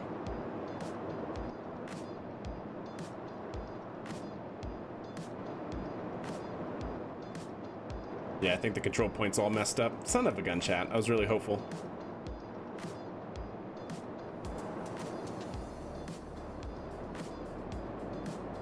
Yeah, what is it doing? I think its control point is completely off. Did I make this the control point? Or that is the control point? Oh my gosh, is it actually controlling from the wrong spot? Is that why?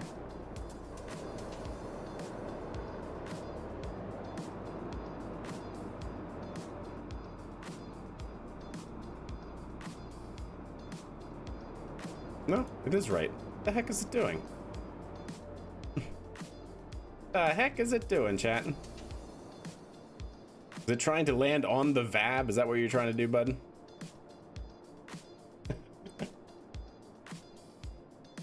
It's gonna land on the VAB. Yeah, I guess that's all it's gonna do.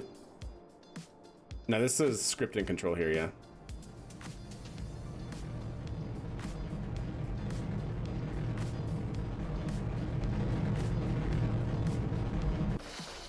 That was the wrong button. Ah, I gotta rerun those struts too. Man, everything is broken with this. There we go, but it came down safely nonetheless. All right, a lot of things to fix, chat. I gotta say, a lot of things to fix. Trying to land on the truck? Yeah, trying to land on the truck. Yeah, I don't know what was going on with the control point or why it was being really weird.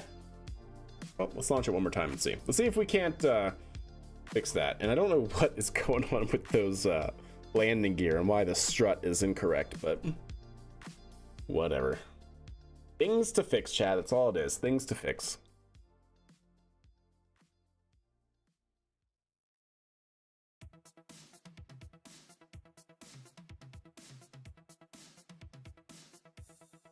Landed in the right zip code, send it. Yeah, exactly. Yeah, I mean, it landed safely, right? So we could just bring that SPMT over, hook it up, put it over on the pad again, and launch it again. That's the point anyways.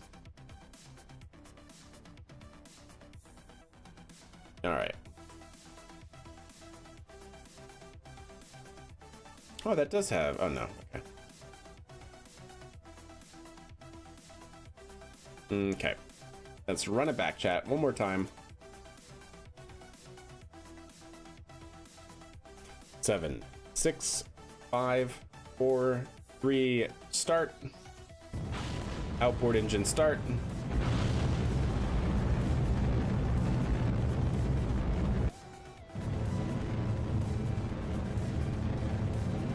Oh yeah, 100% Lynn.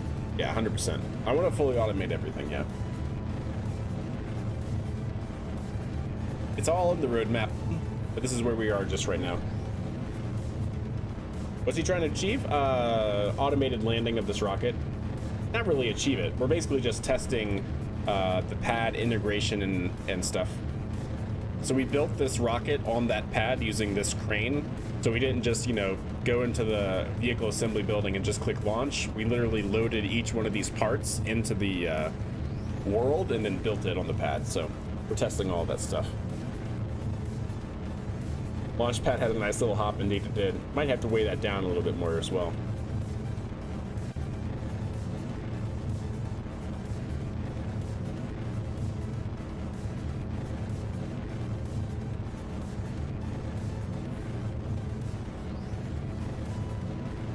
All right, looking good. Yeah, I'm running code on this. Every launch you see, I'm running code, yeah.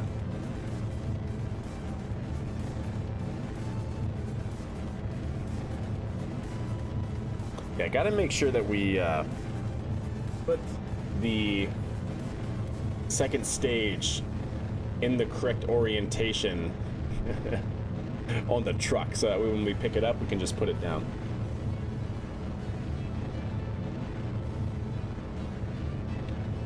Yeah, for sure, Trey. It would. It definitely would. But I mean, this is 10 tons. This thing's maximum lift capacity is 16 tons, so we're still getting pretty decent, over, you know, like 60% of the total mass capability. So it's not bad.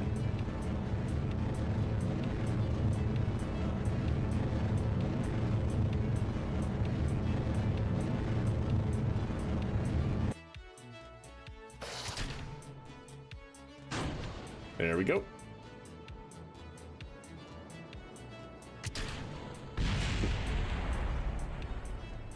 And we're just going to leave it there.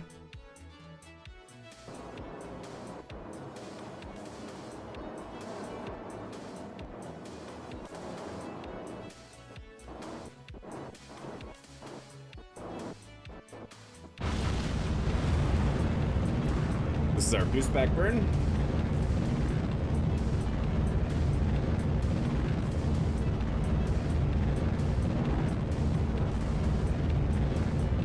We're going to shut down right there. 60 kilometers, a little bit better than last time. And back to the first or second stage.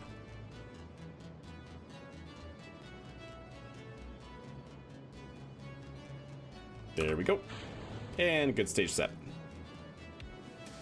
All right. So a little bit smoother that time, honestly.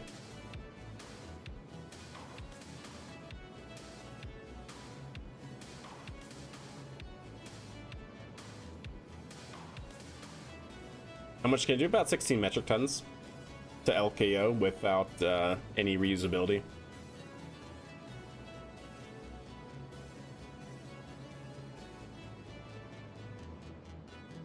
Yeah, so like the last time, I don't really care about getting this into orbit. This is just a test, you know? So we'll switch back to the first stage here momentarily.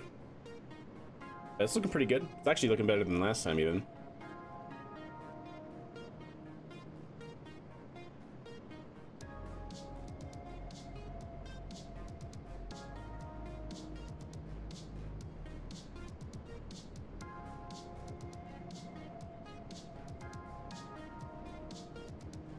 All right, looking good.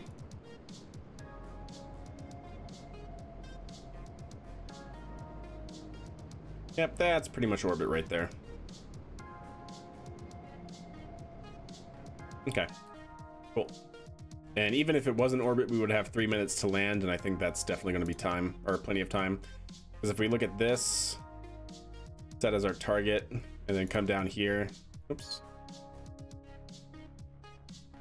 Can I not? I really can't? I thought you could totally do that. Nah, whatever. Switch to. We'll be down on the ground within, I think, 3 minutes or so. Up, hopefully. If not, it's still at a high enough altitude to where we would just have to loft a little bit.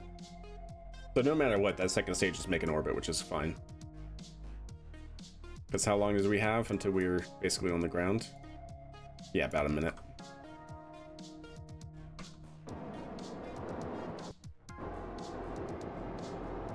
Let's go this way.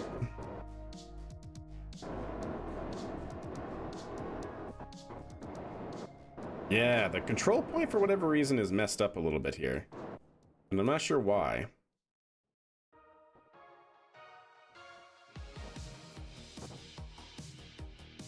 But it is. I'm not sure if it's because of this here.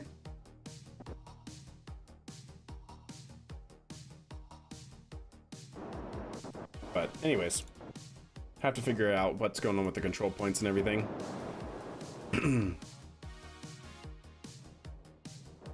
Because they're definitely acting a little strange. I also should... Oh, that's better. Okay. So yeah, I think it was because of the docking or the the decoupler that we just separated is defaulting to that, and it's just making things weird. But this is looking better, at least. It looks like it's actually tracking the pad, which is nice. Yeah, Fram 2, that's true, yeah, 100%.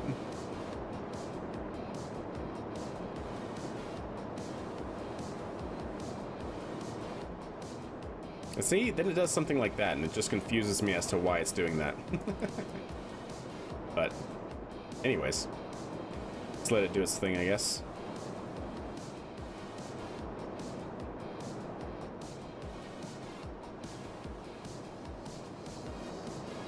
Yeah. Not sure why. Like, is it defaulting to a different control point? It should be aiming for that point right there. But it looks like the system is fighting itself, and I don't know why.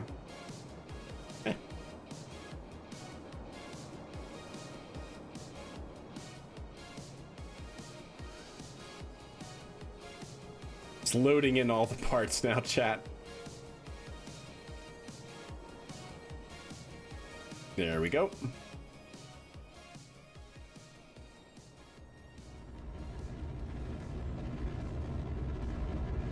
There we go, that's better. And then, of course, the landing gear is still going to be a little wonky, but oh well. There we go. So yeah, it was aiming for that, and we landed here. Not bad. That's definitely better. Definitely better. Still need some tuning, and I don't know why. I don't know if it's because the game is running slower now, because we have all these parts in render range, and that the KRPC backend, the mod that we're using to communicate with Python, is running slower. Because we've tested, you guys, a lot of you guys here were here for this. We tested this landing script a lot, and it's never done that choppy throttling on the landing. I have no idea what's going on with that, but I think it's because it has so many parts in render range that the back end of KRPC is running really, really slow. But hey, we landed, it's safe. The landing gear are broken, that's fine. It's supposed to do something like that, I guess, but there we go. I gotta rerun the strut apparently. But anyways, chat, that's what that is supposed to do. So without any further ado, chat, let's go ahead and call, I think, that quits. Let's quit while we're behind, chat. But yeah, I hope you guys enjoyed the stream. We fully integrated our first rocket in this save, which I'm really, really happy about. Now with explosions, 9.9. What's up, Wisp? Yes, indeed. More explosions next time.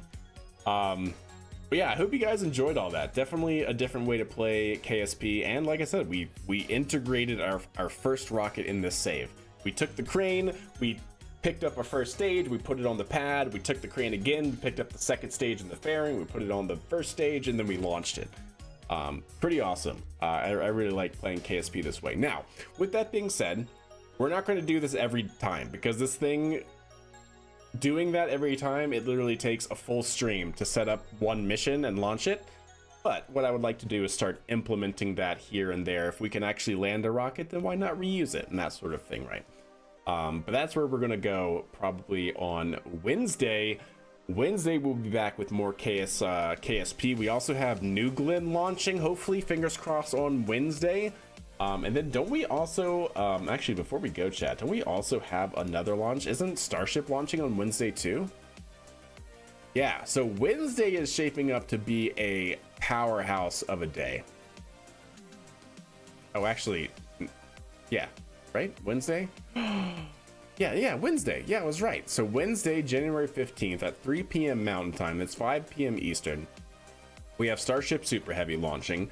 And then also on Wednesday at 11 p.m. Mountain or 1 a.m. Eastern, we have New Glen, round 2. So Wednesday is going to be wild. And then don't forget tomorrow, chat, we have 2 Falcon 9s launching. We have a moon mission launching tomorrow on Falcon 9 as well at 11 p.m. Mountain Time. Maybe I'll stream that as well. I'd like to stream that. It's the Blue Ghost mission going to the moon, which is pretty cool. But yeah, we also have a transporter mission, a rideshare mission launching on Falcon 9 tomorrow at 11:49 a.m. Mountain Time. So yeah, it's going to be a good couple of days, chat. But anyways, that's it for me tonight. I hope you guys enjoy the stream. I hope you guys enjoy any launches that you can catch tomorrow, and then we'll be back on Wednesday covering launches and more KSP. So all of that, chat. Have a good one. See you next time.